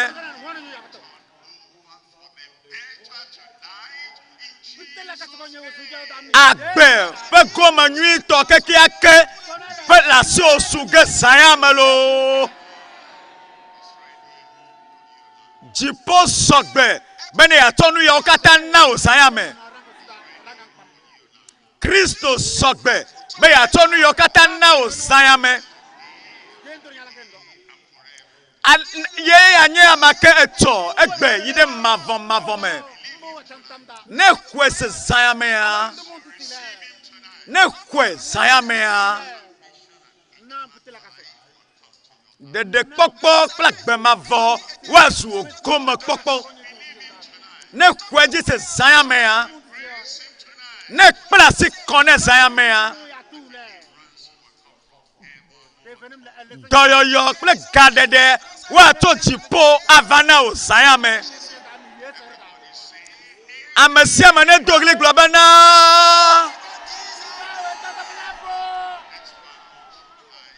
fifia mia ŋku de tagu fifia de tagu eye na mia ŋku eye na ʋu wo dzime susu be ŋku eye na ʋu wodi na aƒetɔ fifia detagu na gblɔ be aƒetɔ me xɔe se wò ɖeka xɔ yenye ɖela meva gbe o zãya me mele biɔm be ɖem ne makpɔ xɔxɔ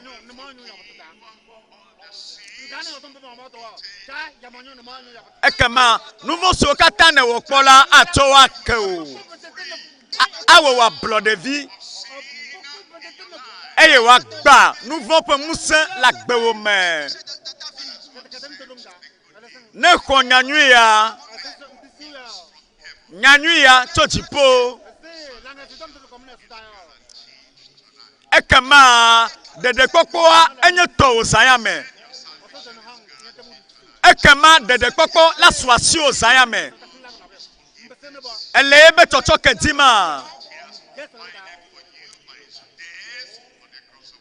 ewɔe na wò xoxo le atitso gamuti to eƒe ku me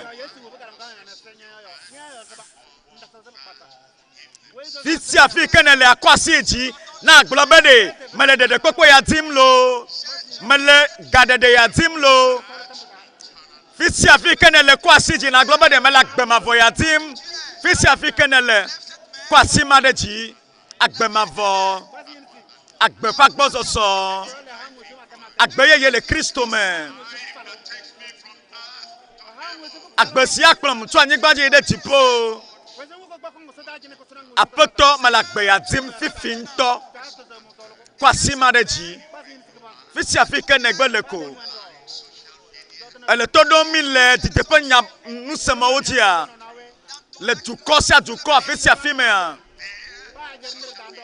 alo ne le to ɖom le ƒomewo me lo le afi sia afi le mɔwo nua egblɔ be mele ɖeɖekpɔkpɔ dim mele tsɔtsɔke dim mele agbemavɔ dim nyanyui ya ke va gbɔwò la ele nɔ azɔ be naxɔe ene kɔ asi dzi afi ke ne le atsite kafu na Mawu ne kɔ asi dzi kɔ atsite akpe na Mawu de tagu nenea eye nanɔ gbedura me na gbe be aƒetɔ me va me hiã gbe be aƒetɔ me va me hiã agbemavɔ mele agbe ƒe agbɔsɔsɔ dim mele wo agbe mavɔ ƒe agbɔsɔsɔ dim akpe na Mawu labe ekɔ asi dzi ene tsite eye ke ne nɔ te ɖe afi ke ne le aƒonu na aƒetɔ gblɔ be aƒetɔ tsɔ nye nu vɔwo kem ekema atsɔ wo ke o aƒetɔ de gam eye agbemavɔ ya tso dziƒoa axɔe ɖe le asi o asɔ asi o medze ma do gbe ɖa ɖe tawò fifi ya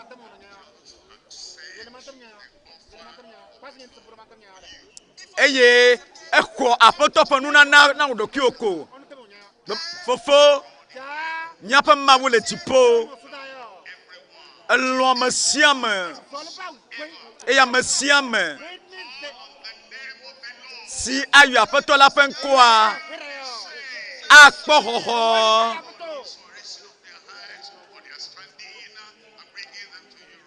ame siwo katã kɔ asi dzi le tsitrenua metsɔ va ŋkuwo me kpɔ nublenui na wo kple nakpɔ nublenui na wo ɖewo lɔlɔ kple nublenui kpɔkpɔ ta tsɔ woƒe nu vɔwo ke wo tsɔ woƒe vodadawo ke wo le Yesu ƒe ŋkɔ me eye naklɔ woƒe nu vɔwo katã ɖa ɖe fɔbubu sia fɔbubu ɖa le woƒe dzi me ɖe fɔbubu ɖa le woƒe dzi me na wo xɔ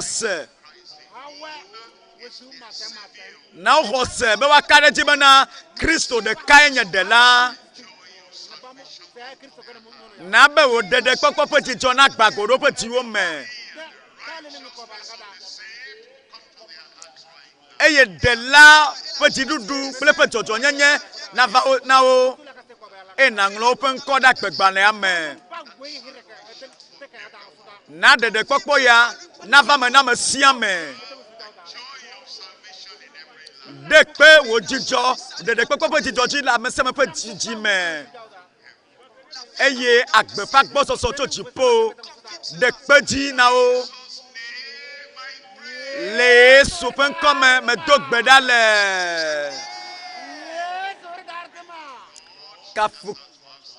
kafukafu na Mawu. Emae nye ɖeɖekpɔkpɔ, nenemae wòsu asiwòe ma. Eya ta míedo gbe ɖa ɖo. Kpɔtɔnɔ tsitrenu, míaƒe aɖaŋuɖelawo li eye woagogo mi.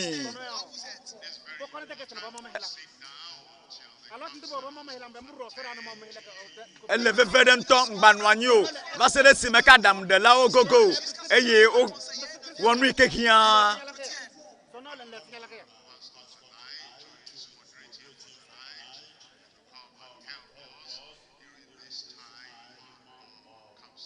Míaƒe pastor yi ke nye míaƒe zeame ƒe tsemana, mi le kpem be wòayi ɖe dzi.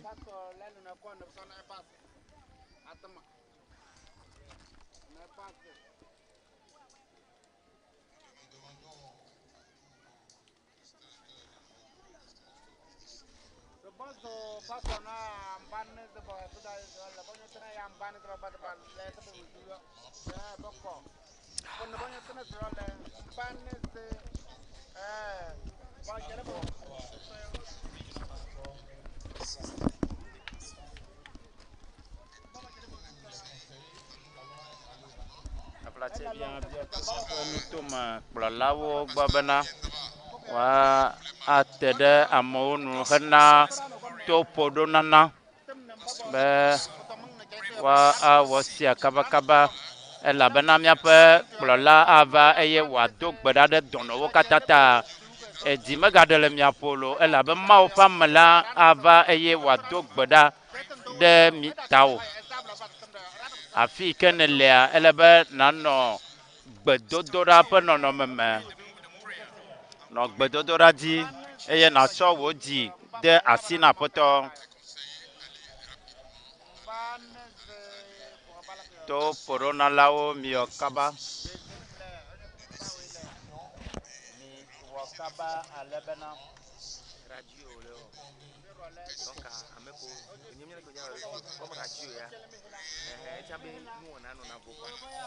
Ame ko so ma pe na Kristo. Nyemnya ke ma wero. Mama kanova le misi na kwa. Adre numéro to to le communiquer. Numéro mo ko le fibra communiquer.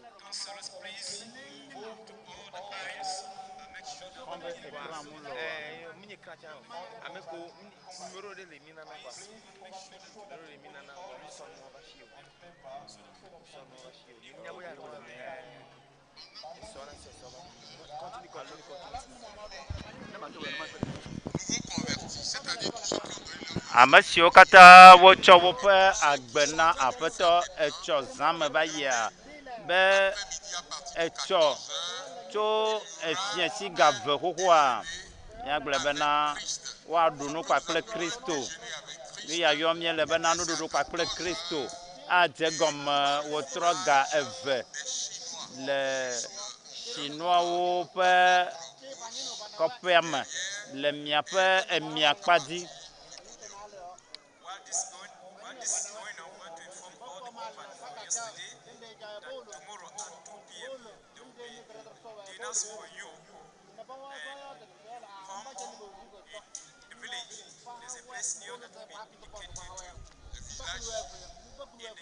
Ekpɔ yi ke me míele yɔyɔm bena Chinoawo ƒe kɔƒe me eya ele míaƒe emiakpa dzi.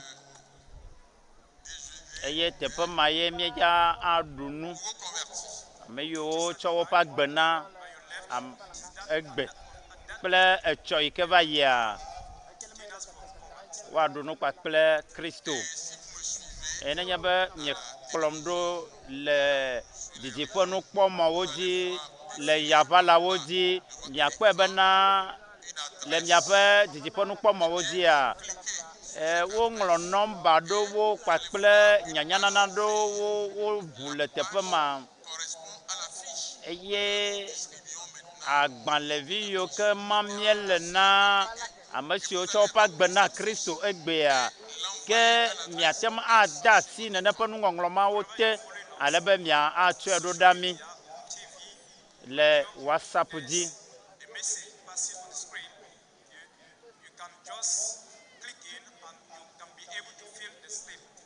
Eye miele miaƒe didiƒe kpɔmɔwo gbɔ kple yaʋalawo dzi mile miaƒe ŋkɔ sem le gaƒo sia mea ke nɔmba ɖe li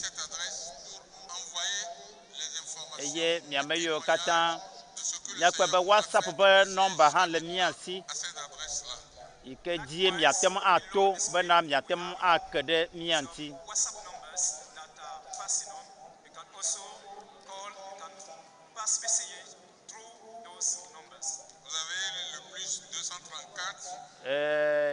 Miakpɔ nɔmba naneko ame eve kpakple blavevɔ enyi kpakple ame asieke kple etɔ̃ bla asieke vɔ etɔ̃ kpakple blanevɔ adre.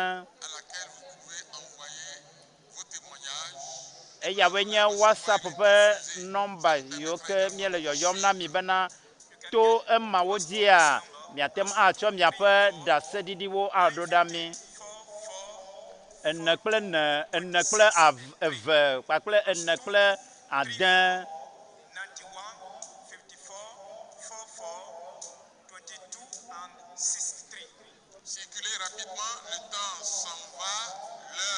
Taflate miwɔ esiawo ŋuti dɔ kabakaba elabena nukunu ƒe gaƒoƒoa ede loo be ale bena Mawu ƒe amea ne ava ado gbe ɖa ɖe dɔnɔwo ta.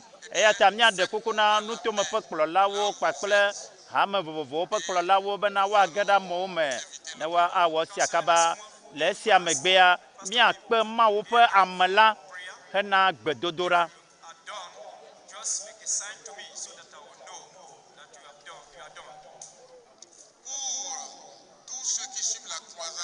Na ame siwo katã wole katsatsa me kpakple mi le dzotoƒo mawunyakaka sia mea le du bubuwo mea ke míawɔ nyenyanana sia na mi bena ame yiwo katã egbe ye wotsɔ woƒe agbe na Kristo eye wotɔ bena miele woƒe ŋkɔwo ŋlɔma ke ele be akpe wo kɔsiɖagbe tso efie gatɔ̃ yi ɖe gane hena ame yiwo ke womele GMT ƒe gaƒoƒo me o.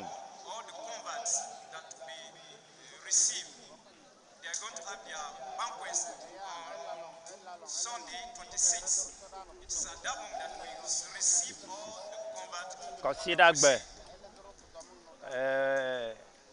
ŋkeke blavevɔ adelia gbe ke le Togonyigba dzi le teƒe ya.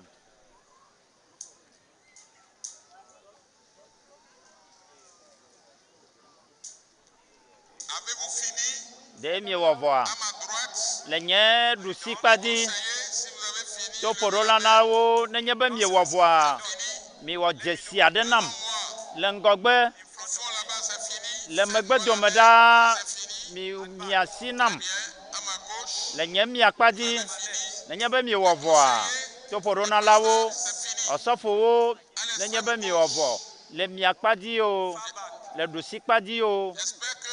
Mebui be ame aɖewo yi ɖe ʋegbetɔwo gbɔ ke nenye be evɔa míakpe Mawu ƒe ame le aɖabaƒoƒo aɖe megbe bena wòado gbe ɖa ɖe dɔnɔwo ta hena dɔyɔyɔ kpɔkpɔ kpakple katutu kpɔkpɔ eye Aƒetɔ la awɔe.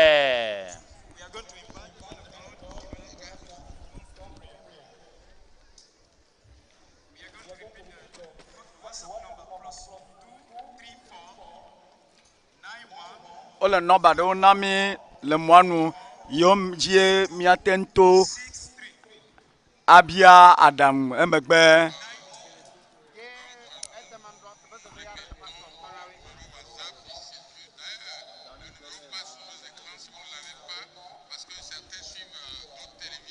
WhatsApp be nɔmbawo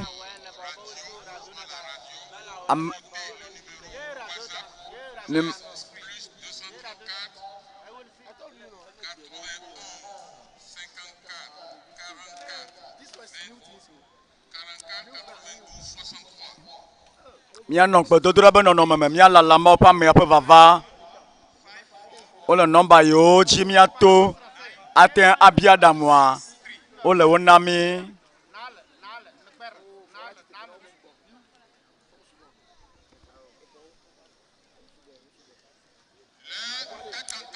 Eyi miele la etu aƒe na mi.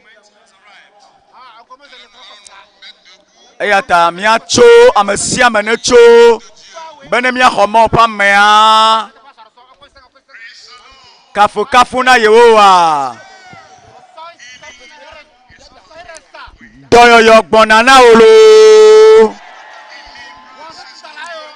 Katutu gbɔna na wo lo. Tso ɖe w'afɔdzi. Ne míeyɔ Yesu ƒe ŋkɔa, dɔyɔyɔ la va na wo. Katutu la va na wo. Gba míawo di wo lo. Gba míawo susu wo lo. Ʋuwo dzi faa. Ʋuwo susu faa. Wese. Hue. Abe Mawu ŋutɔ le nu ƒom na wo tɛɛ ne. Ekema wo dɔyɔyɔ ava na wo tso gbɔ. Ne míeɖe amen kpɔtia. Wese be wo nukunua va me vɔ. Ekema ava me na wo. Ekema nenema wòava me na wo. Ne kɔ wò asi dzi. Kɔ asi ɖeka ɖe dzi. Nato asi vegoa da ɖe fi ke le ve woa. Eye nagblɔ aƒetɔ me xɔe se. Gblɔe aƒetɔ me xɔe. Aƒetɔ me kpla asi kɔ na wo. Gblɔ be aƒetɔ me xɔe se be ne me se Yesu ƒe ŋkɔ la, nye kakawo katã nu la tso. Eye ne míegblɔ amen mamlɛa, ekema míaƒo ŋku akpɔ nukunuwo. Eye akpɔ wo nukunu kple wo ŋutɔ wo ŋkuwo. Mate se wo amen sese ɖa. Mesɔgbe hena gbedodoɖa zɔ. Fofo le Yesu ƒe ŋkɔ me. Nenye Mawu tso dzidzime yi ɖe dzidzime ke. Tso mavɔ me yi ɖe mavɔ me ke. Woe nye míaƒe Yesu ɖela kple xɔla. Yesu dɔyɔla kple gaɖela. Ale nenɔ tsɔ va yi gbe tsɔ ne yi ɖe mavɔ me matro o. Eye míeva abe kple ame yiwo nye dɔnɔwo, nye tekunɔwo, kple ame yiwo me gbɔgbɔfɔwo le. Mi le gbe dom na be naɖe wò ŋusẽ ɖe go tso dziƒo ɖe afi ke mi le takpekpe ya wɔm le ya. Le didiƒe didiƒe nukpɔmɔwo kple nyasemɔwo dzi. Wò ŋusẽ amlima ŋusẽ ma na ɖeɖe go fifi laa. Yɔdɔ na dɔnɔ sia dɔnɔ fifi laa. Ɖega ame siwo te ɖe to fifi laa. Gba kɔkuti sia kɔkuti fifi laa. Eya bosam ƒe asiwo. Yewo nye dɔléle kple vevesese va wo dzia. Nye bosam ƒe asi le woƒe agbe me. De gawo fifia, tukawo fifia, yɔdɔwo fifia, le Yesu ƒe ŋkɔme. Dɔléle sia dɔléle, eye dɔxɔlamemu ɖe kpekpe, eye veve ɖe kpekpe, kekeake nye dɔma ƒe ŋkɔ. Tso woƒe taɖa dzi va kɔ ɖe woƒe afɔƒome, ɖe wò ŋusẽ ma ɖe go fifi laa. Yɔdɔwo fifi laa. Degawo fifi laa. ewo dɔléle le dɔfitɔme dogo vivi la ewo afɔtete dogo vivi la eye aklo le dɔ buɖa le Yesu ƒe ŋkɔme dɔléle le woƒe afi sia afi ho kple ke ɖe le woƒe agbeme ŋkugbagba ʋu ne nakpɔ nu le Yesu ƒe ŋkɔme etokuku ʋu nase nu le Yesu ƒe ŋkɔme aɖe yi ke nye mumu ƒe aɖewo bla xɔkaɖeɖe de nuƒoƒo le Yesu ƒe ŋkɔme dɔléle yiwo teƒe titi dɔléle yiwo le amewo dzi ƒe geɖewo ya fifi la mele nu ƒom na o ewo dɔléle ma ƒotagba dzɔ le Yesu ƒe ŋkɔme kamsher ƒe dɔléle xɔ xayaxaya blibo le Yesu ƒe ŋkɔme kpemkpemi kuku ƒe dɔ ekpe kuku ƒe dɔ xɔtɔyɔyɔ fifi la le Yesu ƒe ŋkɔme eye ewo abi le dɔme xɔ hayaxaya le Yesu ƒe ŋkɔme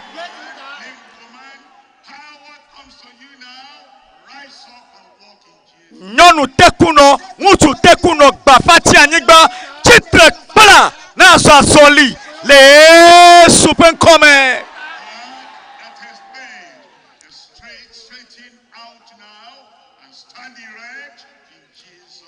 Ekpɔ glɔmɔ ke le megbe dome na o fifi la mele gbe ɖem na o ewo kpɔ buɖa titre dzɔ zɔzɔli le Yesu be ŋkɔme afi sia afi le nye nuɖusi dzi le nye miame le nye megbe kple nye ŋgɔ le amewo le didiƒe le mia ŋkɔ sem le afi sia afi le télévision dzi le radio kple ame yiwo tsaka kple mi le kɔwo dzi.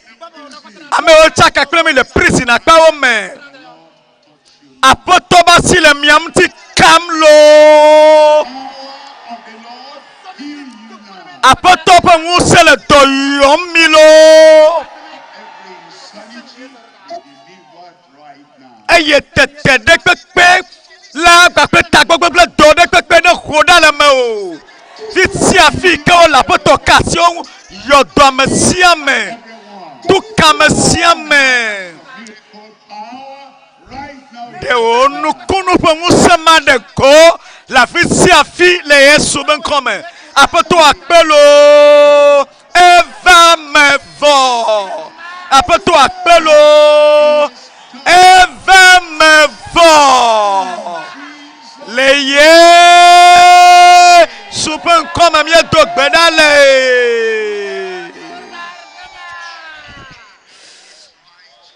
Dɔyɔyɔ ava me na o vɔ kene se amen mamlɛ ya aƒetɔ wɔ vɔ le agbewo me aƒetɔ yɔ dɔ wo aƒetɔ ɖe ga wo do ɖokuiwo kpɔ nukunu ava me vɔ.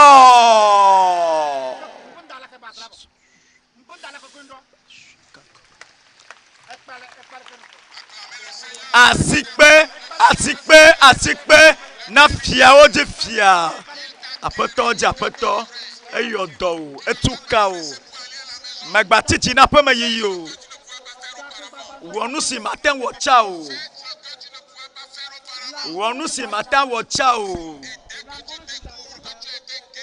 ne kpɔ be ekpɔ dɔyɔyɔa na doɣli na gblɔ be kafukafu na Mawu eye na zɔ va ŋgɔ le afi ya.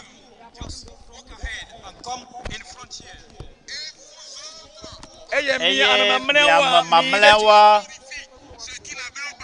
nu yi ke ye mete wɔna tsɔ wa nenye be miese ame kpɔtɔewo ƒe ɖaseɖiɖiwoa esia la na bena miaƒe xɔsia la dzi ɖe dzi do ɖokuiwo kpɔ minɔte migana anyi o ame aɖeke maganɔ anyi o minɔte nu yi ke ye mete wɔna tsɔ wa ele be nadze wɔwɔ mi kpɔ dɔyɔyɔ lo nenye bena de mekpɔna nu tiɲɔ wa de ʋuwo ŋkuwo bena kpɔ nu ʋuwo ŋku nenye be mezɔna sɔn wa de tite ye na zɔn afi si ke ne le alo gbegbɔgblɔ sia gbegbɔgblɔ si ke me ne le to ƒoɖonalawo mi nɔ wo gbɔ eye mi kplɔ wo nɔ afi ke ne lea de eye nakpɔ dzidzɔ kple aƒetɔ la nenye be ne xɔ wo nukunua de gblɔ be kafukafu na Mawu eye nava nye miame eye toƒoɖonalawo mi kplɔ wo amenuzɔlawo mi kplɔ wo be eye sankuƒolawo woana mi hadzidzi nyui aɖe si ke la kpe ɖe mía ŋuti bena de ame yiwo katã wowɔ nukunu le wobe agbemea be woate ma zɔ va ŋgɔgbe ame siwo katã wole mía ŋkɔ sem le YouTube dzi o le WhatsApp dzi o mi kpɔ dzidzɔ kple mi eye míaxɔ siawo le teƒe sia.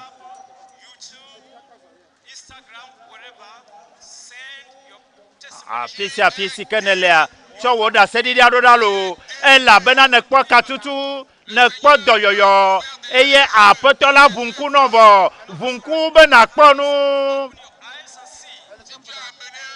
nenye be ne kplɔ tokunɔ ɖe va ɖe ele be naƒo nu ɖe tome nɛ eyema nukunu ame aɖe xɔ yebe nukunu lo eye wo gbana mi ƒo asi kpe na aƒetɔ la nu yiwo ke mete wɔna tsɔ wa de dzewo wɔwɔ eya nye dzidzɔkpɔkpɔ ƒe ŋkeke.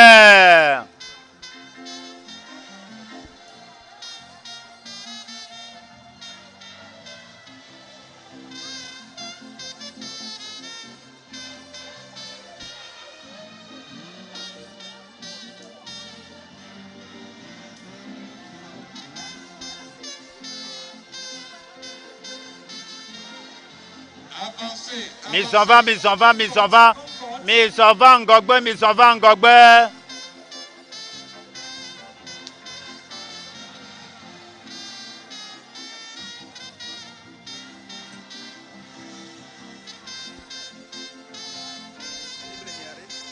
Seigneur nous a fait des merveilles.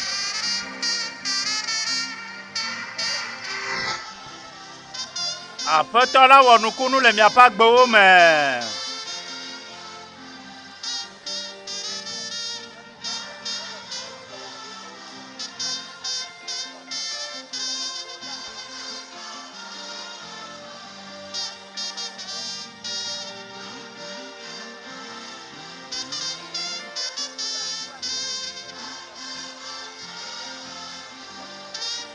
Obe nusẽwo katã nye Yesu tɔ.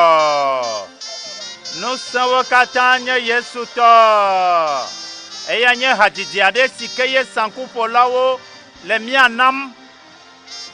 Be nusẽwo katã nye Yesu tɔ.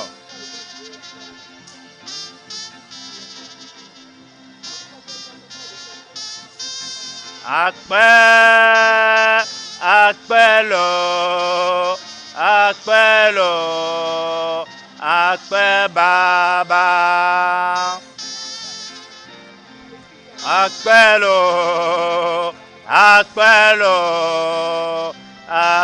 Nemao.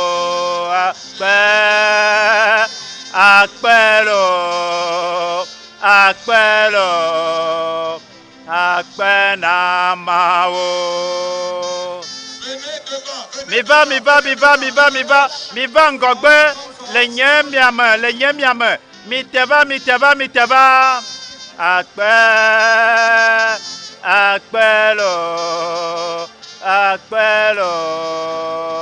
Akpe Namao.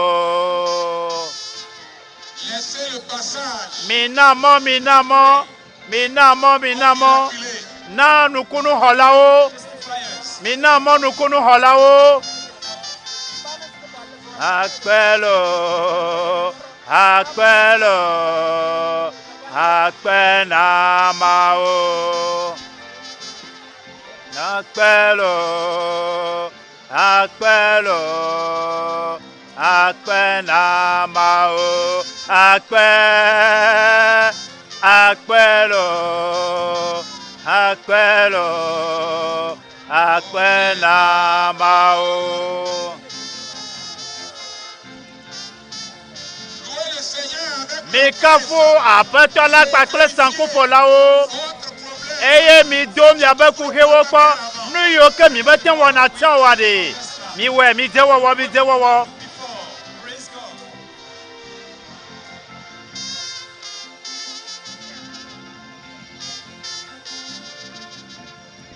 Akpelo akpena mawo akpe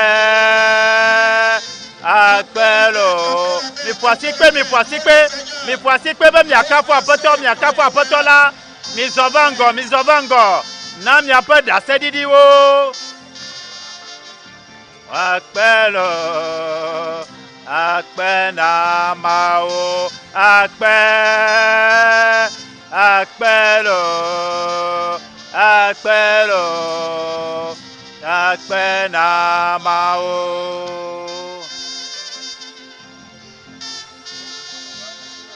akpelo akpena mao akpe akpelo akpelo akpena mao kafu na mao mebe kafu na mao Aƒetɔ wɔ nu gãwo le mía me kple le dukɔ vovovowo me ame yiwo katã wotsaka kpakple Togo le gaƒoƒo sia me. Be esime míele lala kpɔ ɖaseɖiɖiwo le teƒe sia míase ɖaseɖiɖi aɖewo le didiƒe.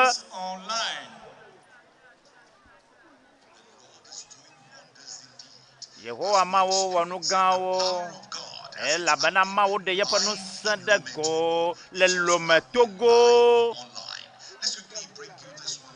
Mina bena míase ɖaseɖiɖi sia etsɔ yi ke va yia esime ke pastor do gbe ɖa vɔa eye ame aɖe yi ke ye mete dzɔna sɔŋ wa edze zɔzɔ. Watsɔ kafukafu na Mawu ɖaa.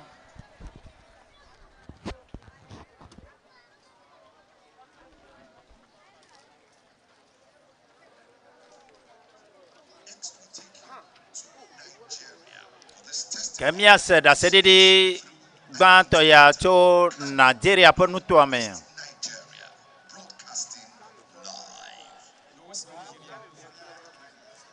Le Nigeria ƒe edzeƒe ọbịa be yetso Deeper Life agbedeto ƒe habia me yedzi be yada akpe na Mawu ɖe nu yi ke wɔwɔ na ye la ta be hafi le DCK ƒe takpekpe mamlɛtɔ yi ke míewɔa Mawu wɔ nane na ye eƒe tɔ̃woe ya va yi ebe eke wokpe ye va DCK ƒe takpekpe sia mea ebe ye ŋlɔ yeƒe tsitsiwo be eye meyi eye nye mate me ahlẽ le kpikpi yiwo ke gblɔm wole o esime ke míatɔ va bena wòva do gbe ɖa ke nane dzɔ eye mekpɔe do dzesi bena eye metem le nu kpɔm nyuie eye yedze nu xexlẽ eke ye fuɖename ɖeke mekpe ɖe ŋuti o eya ta yedi be yada akpe na Aƒetɔ ɖe nu si ke wòwɔ la ta eye eya fifia ele nu xlẽm nyuie to ma pa manu ba ma Roma to pa gba le ta wieve abe me cho mi apam ti la o wa sasa gbagbe si nti ko si jema wonu esi a jema wonu si kala nya mi apa ma o subo subo gbagbomoto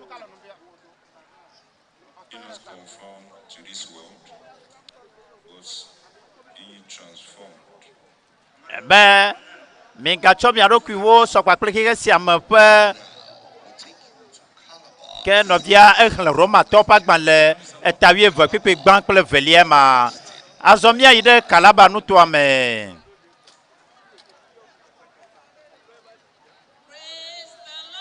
kafuna ma o wa kafu apoto penkoda no via ba ye penkonye akoni de yecho Musa kalaba pe nu to ame Yejibe ya chonti kokowo kata na apetola de nu sikeye wo wona ye ya kwe bana le epe nkeke dinu adelia pe disike sike wo wo ba ya me a be le exam mleto a yes nane ikeye ba yemto yematema atitolo wa amede ikele yegboa ekpede yenti eye wo le titite eye to ye fo klodi kakaba ye pa siwodi ye gbojo de le ye ma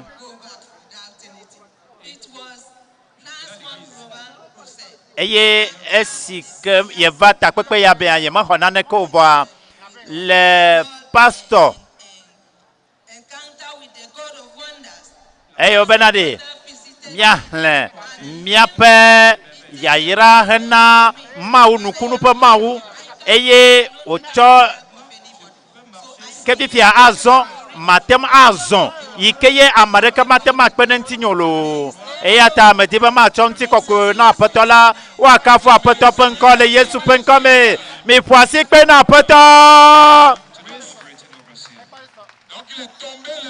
ebe ye janye le zame eye apetola eyodoe ela benade anyi jejema ehle bebe sese kadia de ba ye bagbeme bo eyi keye wo disike ba mletoa na dinu ike bia demegbe a ekpo doyoyo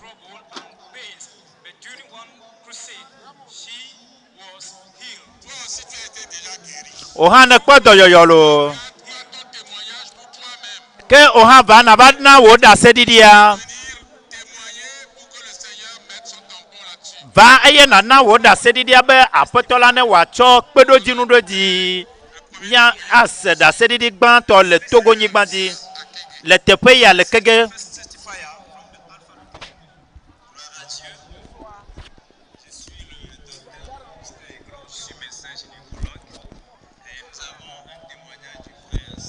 Konye Dr. Eglo. Therefore, the sister Novi Senagbo Nusima Wonele Jisikema.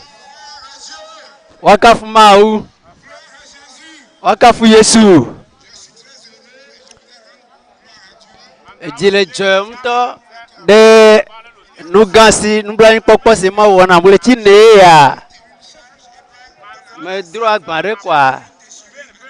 Aye le nye abogbajia efunya eho veve seresima nyamate atro boy ngodomo ne ma do wucha ele bera ma kpefunto ma seveve kasi adiabo awame ne mamla nyire dusijia ma tro emiojia ne metenwio mesena veve ale gbogbo yi na kaka jigbona va yi me va fie choa esi mawo ba me de gbepa mawo nya odogbeda me bia mawo bene yodom ezireka enumakia vevesi atote eye esike ni meten vuvuna matro boa maten tro boa ingbodowe mala kpedena mau mi poisi pena Yesu ayira ma da pena pastor wakaf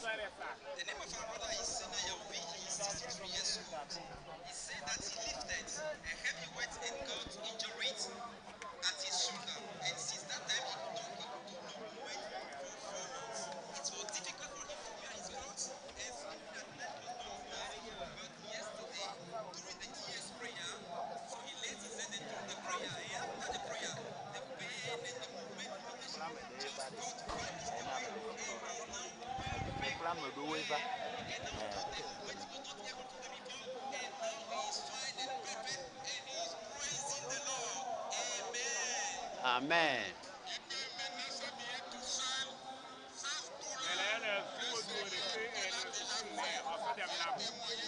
Apoto wene havo badi dase.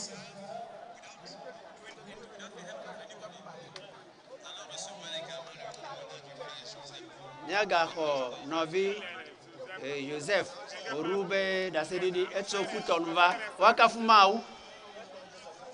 Nkonye oru Joseph. Blandre votre ton et la signe. Prostate be do e non signe. Pour akpe ple blavorkiama e non signe le tia matin.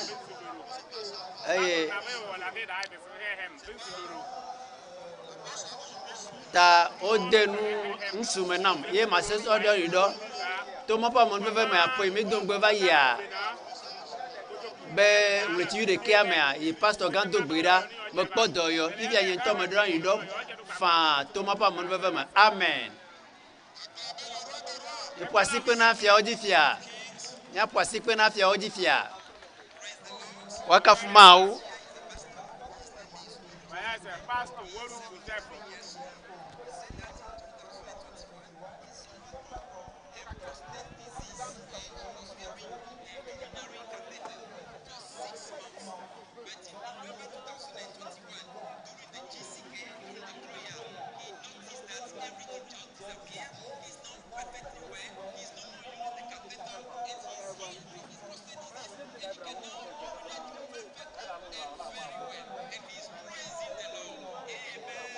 Amen.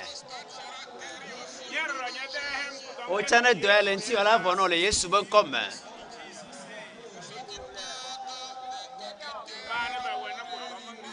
A monsieur kata o donu tumana kafi wada idoa so egbeji ke ya numola totele Yesu ben comme.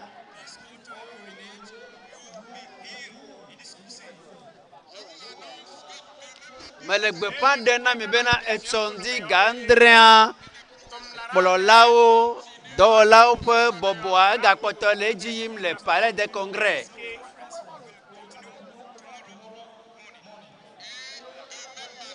Etsondi kama gandre soheo kata pole soheo to dojifia mejijiwa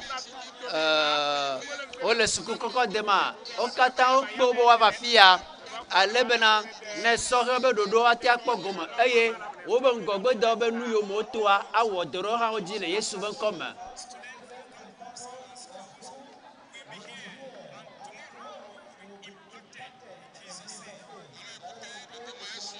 Miaga seda sedidi de ka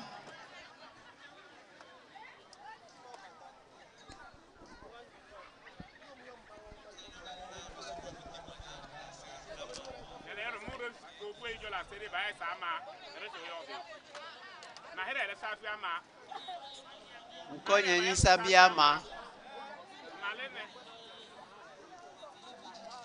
Malene asama wolo holda balolom.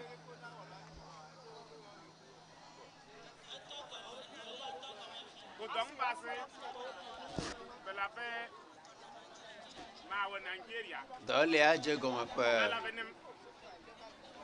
Mama simango. Bla epe kan mano Nigeria e dole aje goma nam. Obo tension ai, obo tension me domni chu. Oba de viwe do hale yinchu. Obo e bali tumetu bene e kongandi bo agamelio. America magaba kpona egbo, ye pomoto ha magate ba kpona egbo. Why say be pande dia? E chambe akpula me odo. Ele gbe adora kaka kwa. Nsere ko va vanam. Be ya sokbo adare ya zon. Be ma zon. E ma ento zon. Be ma zon. Ba ma le zon.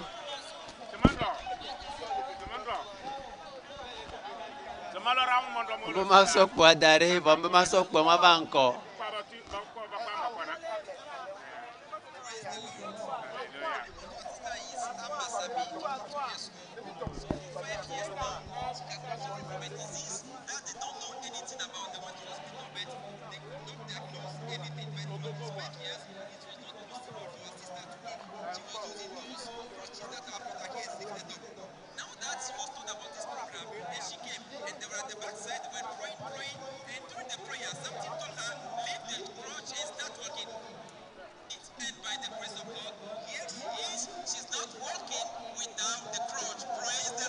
Hallelujah.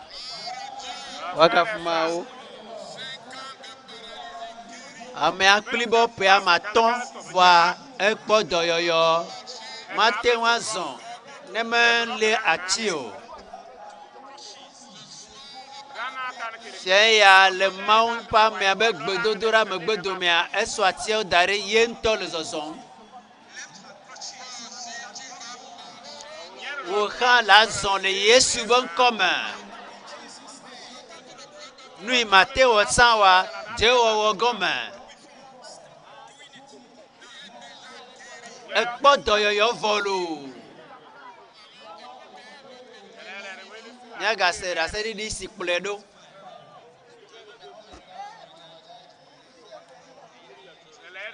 Na wi folorosu, pobla den voreke, yelesi.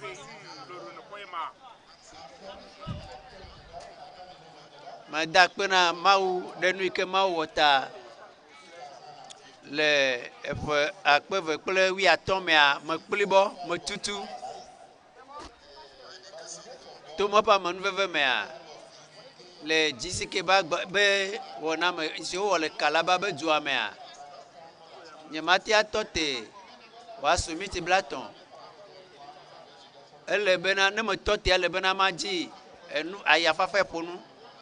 Voici que pasteur no kalaba no bedonda mau kasi me podoyo. Gake le esi ovai enu gube juama ha. Esi que pasteur va enu gube juama ya, ma dakpena mau. Ni ma tekle Biblia na ni ma cho chichio. Même la gbea mayi avec pour le church de afi que mon nom ma pour le church et ya même la gbea chichi ya jogba modula pour le chichi ya yi avec aide maunya glopia il y a le que manya ya oge bamba ma wura tin awe eye ma te we ha le Yesu bon comme esi me vado maunya glopia me fu Biblia et to ma pa mon vema me je Biblia khekhle chichi manome to gbe magbe me gale Biblia khle egbe chichi mado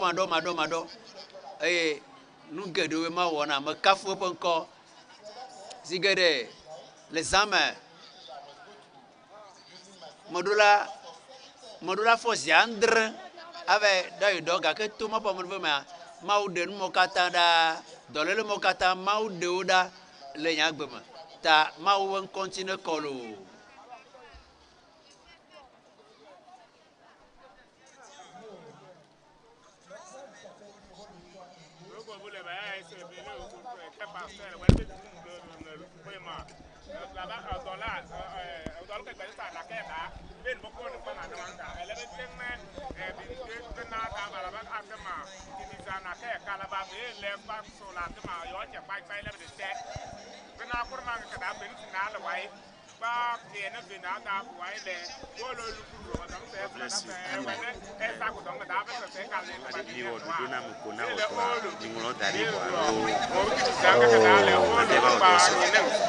Bon, il va te douiller, monsieur Pasteur Borel.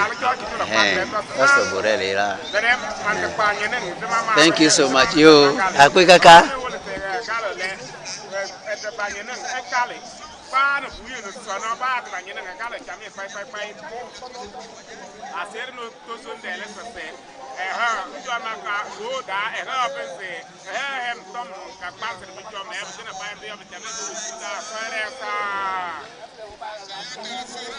Apotola wena oha. Kwekuha ne jihanami. Kwekuha ne jihanami. Nuike ma wonami.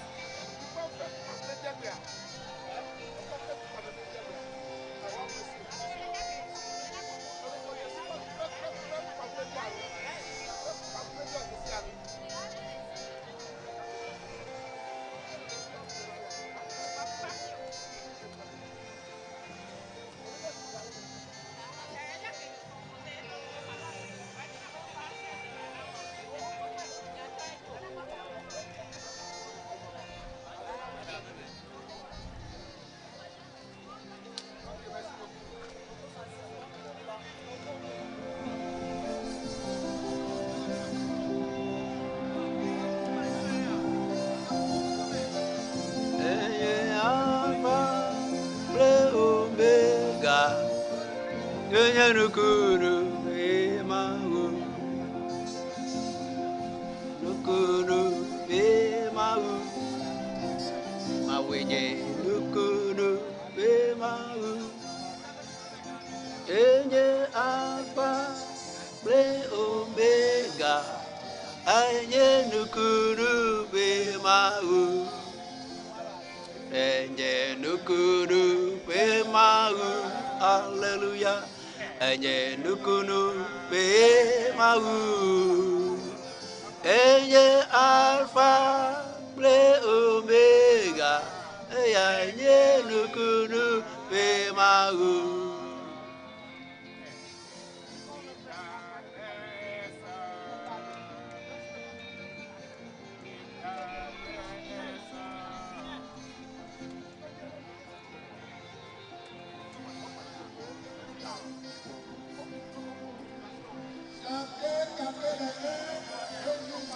Mi dira, mi kpɔ dzidzɔ, mi ƒo asi kpe na Mawu la, menu kpɔgoe mi va o.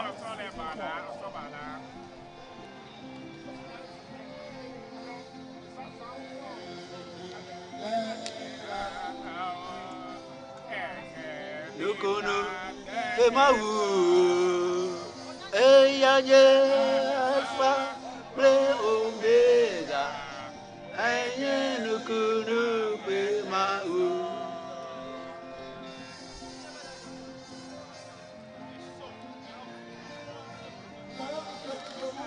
Mikata miato, mina miato,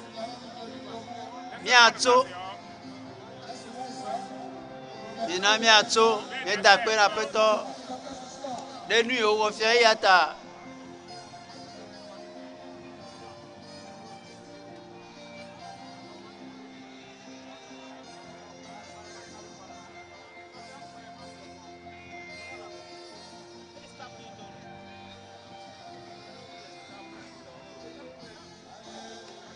Enye nukunu pe Mawu.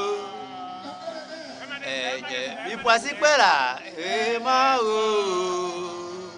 Enye alpha kple omega. Enye nukunu pe Mawu.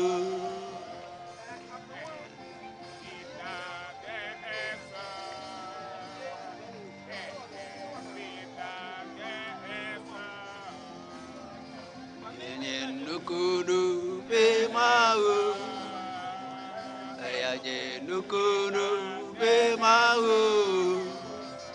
Enye alpha kple omega. Enye nukunu pe Mawu.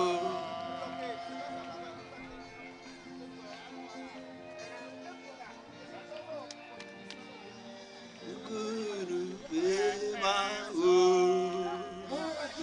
Kafu na Mawu.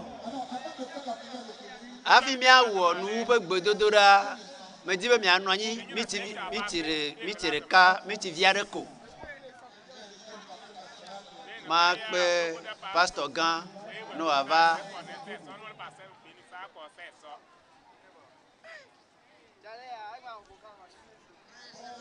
Kafu na Mawu. Wakafu Mawu. Wakafu Aƒetɔ.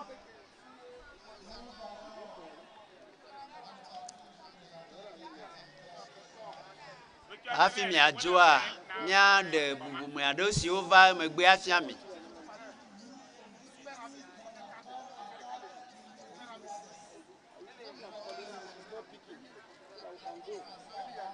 Apostolo François Abama va mia dome. Yenye kometo dzikpɔtɔ. Apostolo Wezon lo. Pastor Heli si ke nye agbalẽgblɔna na conseil chrétien va tutua eha le mia dome.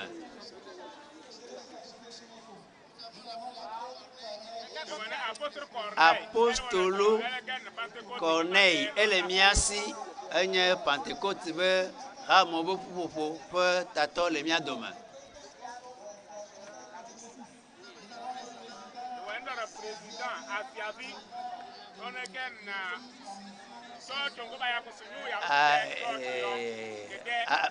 Azienvi enye mezabe hamia be jikoto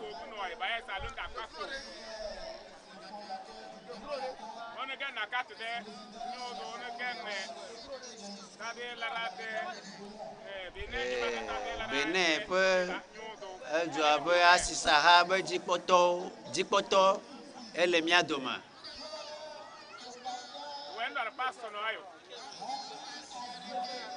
Pastor Happy Aziadeke Sikenya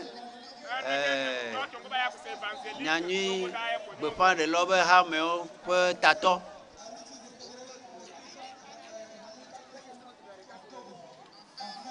Mlebala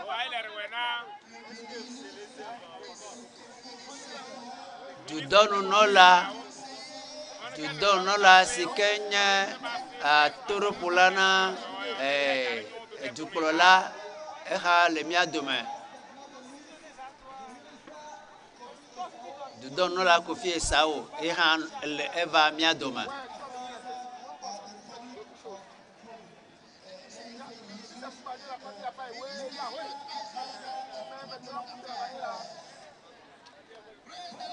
Wakafuma ou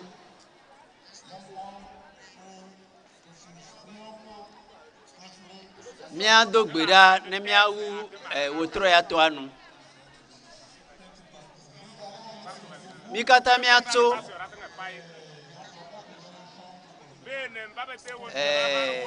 nufuha ne na mi hareka ne mia so wonu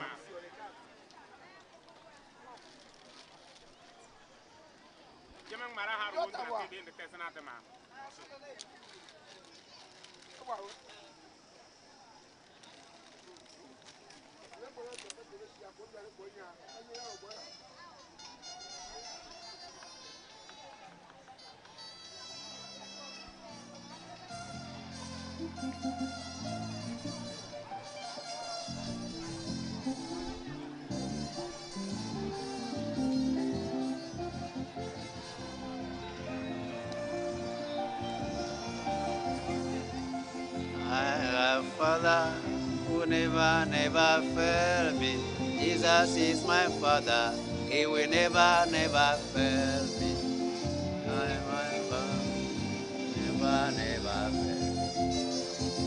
Fofore la signe madana gbede o. I have a Father who never fail me.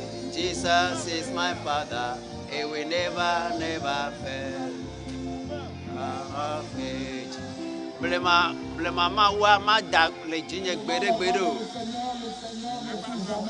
mia do mia be gboro ji apotola ma dana gbede o mi na mia church blibo ada pe ni mia ma wa ma dana gbede o ezaya me ega wo nu gan na me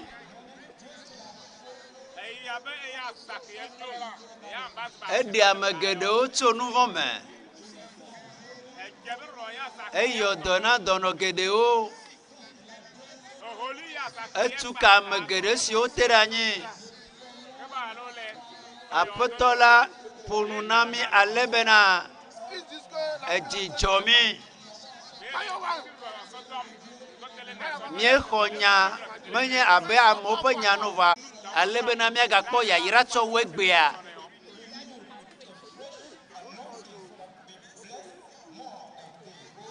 le Yesu fonko memi do gbera le dipo mawu mi dakpe no de egbe ata mi irao Yesu bo de nui kele wo wona mi fien yata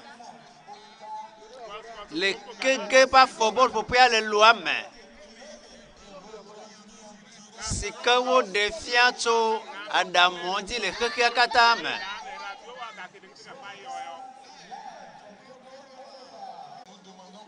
Nimbia bela ga plomi wa mesi plomi va dédier ga plomi Dieu est dédié a iremia no po vuvuvo le Yesu van comme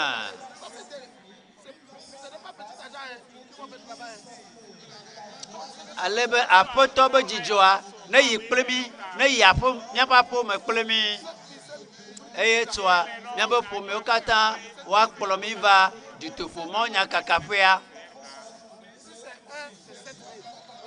Fofo mi da akpenɔ le abe le se na mi le Yesu ƒe ŋkɔ me mi do gbe ɖa le amen.